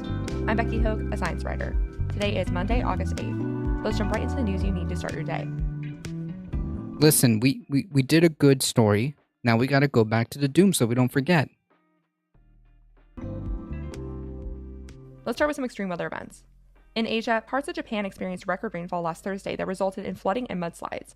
thousands were ordered to evacuate as rainfall reached 16.3 inches or 414.5 millimeters in a 24-hour period, nearly twice the previous record set in July 2014. From water to fire, data from the European Union's Joint Research Center reveals that wildfires that burned through Europe charred the second biggest area on record, and we're only halfway through the continent's fire season. So far, wildfires burned almost 1.5 million acres, or over 600,000 hectares. Italy, Spain, and France have suffered the worst this year. The record to beat was set in 2017 at 2.4 million acres, or almost 1 million hectares. So hopefully we won't get near that record. By the way, please take 5 seconds to subscribe to this channel. Do the thing. We actually had a wonderful conversation with the wonderful conversation with the Beccasphere. She's just a phenomenal content creator. And does good work. So yeah, if you want to check out our conversation, I need to send that to her. So if she wants to post it on her YouTubes, yeah, I gotta do that. If you want to check out our conversation with her, check out the previous VODs or on the YouTube channel. It should be there on the live streams, I believe. I gotta cut it into pieces, or at least make it so that it, we cut the beginning and the end. Just get the whole conversation and then repost it on YouTube, and I can also send it to her as well. But yeah, consider checking it out, consider subscribing, do the thing. The heat wave and wildfires have left Europe in a drought so bad that the source of the River Thames has dried out for the first time river experts can recall. Higher temperatures into the mid-30s degrees Celsius are still to come, risking the river drying out more. So far, about 5 miles of the river have dried out from its origin, and Thames Water says a water ban could be put in place soon. And in the US, Death Valley National Park saw almost 70% of its annual rainfall on Thursday alone, which has left about 1,000 visitors and staff members either stranded or encouraged to leave. Dozens of cars got covered by debris as the park flooded. The park was closed to visitors as a result on Friday. This was a 1 in 1,000 years event, dropping 1.46 inches or 37 millimeters of rain on the desert environment. The area only saw 0.04 inches of rain so far this year, which is the driest through July since 1953. Wow. This event is second to the record rainfall recorded in 1911. Okay, time for some climate victories. The African Group of Negotiators, or AGN, including representatives of the Egyptian presidency, denied a proposal by the Executive Council of the African Union to adopt a pro-gas stance for the upcoming United Nations Climate Conference, COP27, in November. Egypt will host this event. The African Union argued that gas, green and blue hydrogen, and nuclear are important forms of energy for the transition, but the AGN determined this take was too controversial and would distract from pushing for climate finance and adaptation. At least 10 African countries consider gas a transition fuel, despite gas costing more than renewable energy like wind and solar and not being clean. This is because many don't have access to technology like battery storage, geothermal energy, and hydropower that can provide cleaner baseload generation. A recent paper by the African Union determined that, based on current investment patterns, about 570 million people in Africa will still remain without access to modern energy by 2030. This further And we could help. emphasizes the need for wealthy countries to support this continent, which has provided less than 1% of the historical emissions but faces some of the worst climate impacts. Over to the US, a federal court rejected 2 resource management plans by the Bureau of Land Management, which would have increased fossil fuel production in the Powder River Basin. The basin stretches between Wyoming and Montana and is the largest coal-producing region in the US. About 43% of all coal produced in the US and nearly 85% of all federal coal produced in the US comes from this basin. These plans would have increased coal production by 6 billion tons that would have been mined over a period of 20 years. They were originally set in motion by the Trump administration, but were being upheld by the Biden administration. In 2020, several environmental groups, including the Center for Biological Diversity and the Sierra Club, sued the Bureau for letting these projects continue, arguing it didn't conduct proper environmental assessments. The court said the Bureau failed to take into account the human health implications and climate costs of burning publicly owned coal. It also said the BLM failed to sufficiently look for energy alternatives that would limit or end coal leasing in the basin, violating the National Environmental Policy Act and the Administrative Procedural Act. This is the second time the court has sent these plans back to the drawing board, so many plaintiffs were frustrated they had to go through this process again. Meanwhile, New Jersey became the latest state to invest in electrifying its school bus fleet after it authorized $45 million to go to this effort last week. The money will be split up over the next 3 years to at least 18 school districts. To be fair, New Jersey has over 600 school districts, but it's a start. Half or more of these funds will go towards lower income or high pollution exposed communities. More than 40% of the state's emissions comes from the transportation sector. Now we have some climate fails. Glencore published a record windfall profit of $18.92 billion over the first 6 months of this year, as coal is set to tie for record use, a record originally made in 2013. That's over double the $8.7 billion they made that time last year. Jesus. Glencore is known for thermal coal mining and plans to keep mining until the mid-2040s. They mine mostly in Colombia, Australia, and South Africa, and is Australia's biggest coal producer. It gave $4.5 billion to its shareholders from this profit, which means the rest can go to paying off debts or fines, lobbying, and expanding projects. In the Middle East, the Taliban is seizing this coal boom to restart its economy through increasing coal exports from Afghanistan. Dozens of men and boys, as young as 8 years old, are working in Kabul, loading coal onto donkeys with no machinery or safety equipment. The Financial Times reports that nearly half of the workers, who are entirely covered in coal dust, appear to be either teenagers or younger. Jeez. The economic crisis brought on by the Taliban takeover has forced many kids out of school to make money for their families. Most of this coal makes it to Pakistan, where it's shipped to China. In general, the Taliban is pro-fossil fuels, whereas the previous administration was interested in transitioning to clean energy. And in response to the U.S. House Speaker Nancy Pelosi visiting Taiwan, China announced it would halt talks with the U.S. on various subjects, including climate action. This is very problematic, as the U.S. and China are the top global emitters, and the next big UN climate conference is only a few months away. China has explicitly told the U.S. not to send top diplomats to Taiwan, which could show solidarity with Taiwan's independence, but Pelosi ignored this and went there anyways last week. Previously, the U.S. and China have had a pretty open dialogue on the climate crisis, so this is a step back. This is so I want to end frustrating. today's episode with the biggest climate news story. The U.S. Senate passed the Inflation Reduction Act. If you don't know what I'm talking about, I will leave a link to the video I did on the act in the description below. Bottom line, it could put the U.S. on track to reduce emissions by 40% by 2030. The Senate pulled an all-nighter and a vote-a-rama to get the reconciliation process and voting through as fast as they could over the weekend before they head off to summer vacation. All 50 Democrats voted on the bill, no Republicans did, so Vice President Harris dealt the tie-breaking vote in the affirmative. Things are looking good for this historic climate bill, but it still needs to pass the House of Representatives, which will return from vacation Friday to vote on it. As always, I will keep you posted. And that was your climate recap for Monday, August 8th. If you like the work I do, please follow this podcast, give it a 5-star rating, leave a review, and consider checking out the Beckosphere Climate Corner YouTube channel. If you're on Twitch, I'll see you in my stream from 9 to 11 a.m. Pacific Standard Time today to talk about more climate news. Remember to talk about the climate crisis every single day and to support your local news organizations. Bye for now. All right. We did it.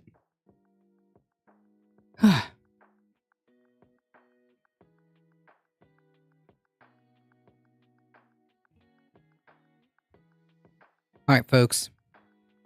We did it in just a minute after 8 p.m. We did it. Folks, if you enjoy the content, don't forget to hit the follow button. It does help us out. Don't forget to head on over to our YouTube channel. Okay? Hit the subscribe button. If you guys want to join the Discord and keep up with the channel, make sure you do that. If you follow here, you get 5 free emotes, including Makita the cat, so I think that's a pretty good deal. Also, don't forget to check out the month's sponsor, HelloFresh, ! HelloFresh. As always, folks, please stay safe. Please take care of each other. I love y'all, and I hope to see you guys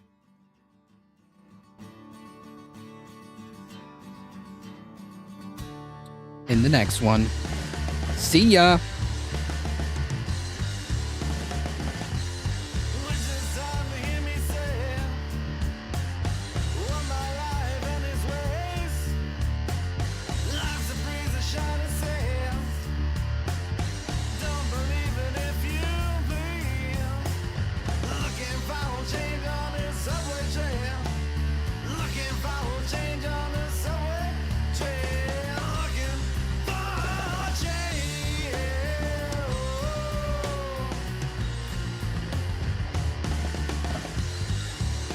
Alright, folks.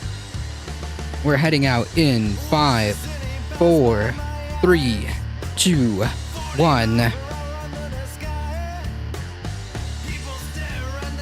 See ya!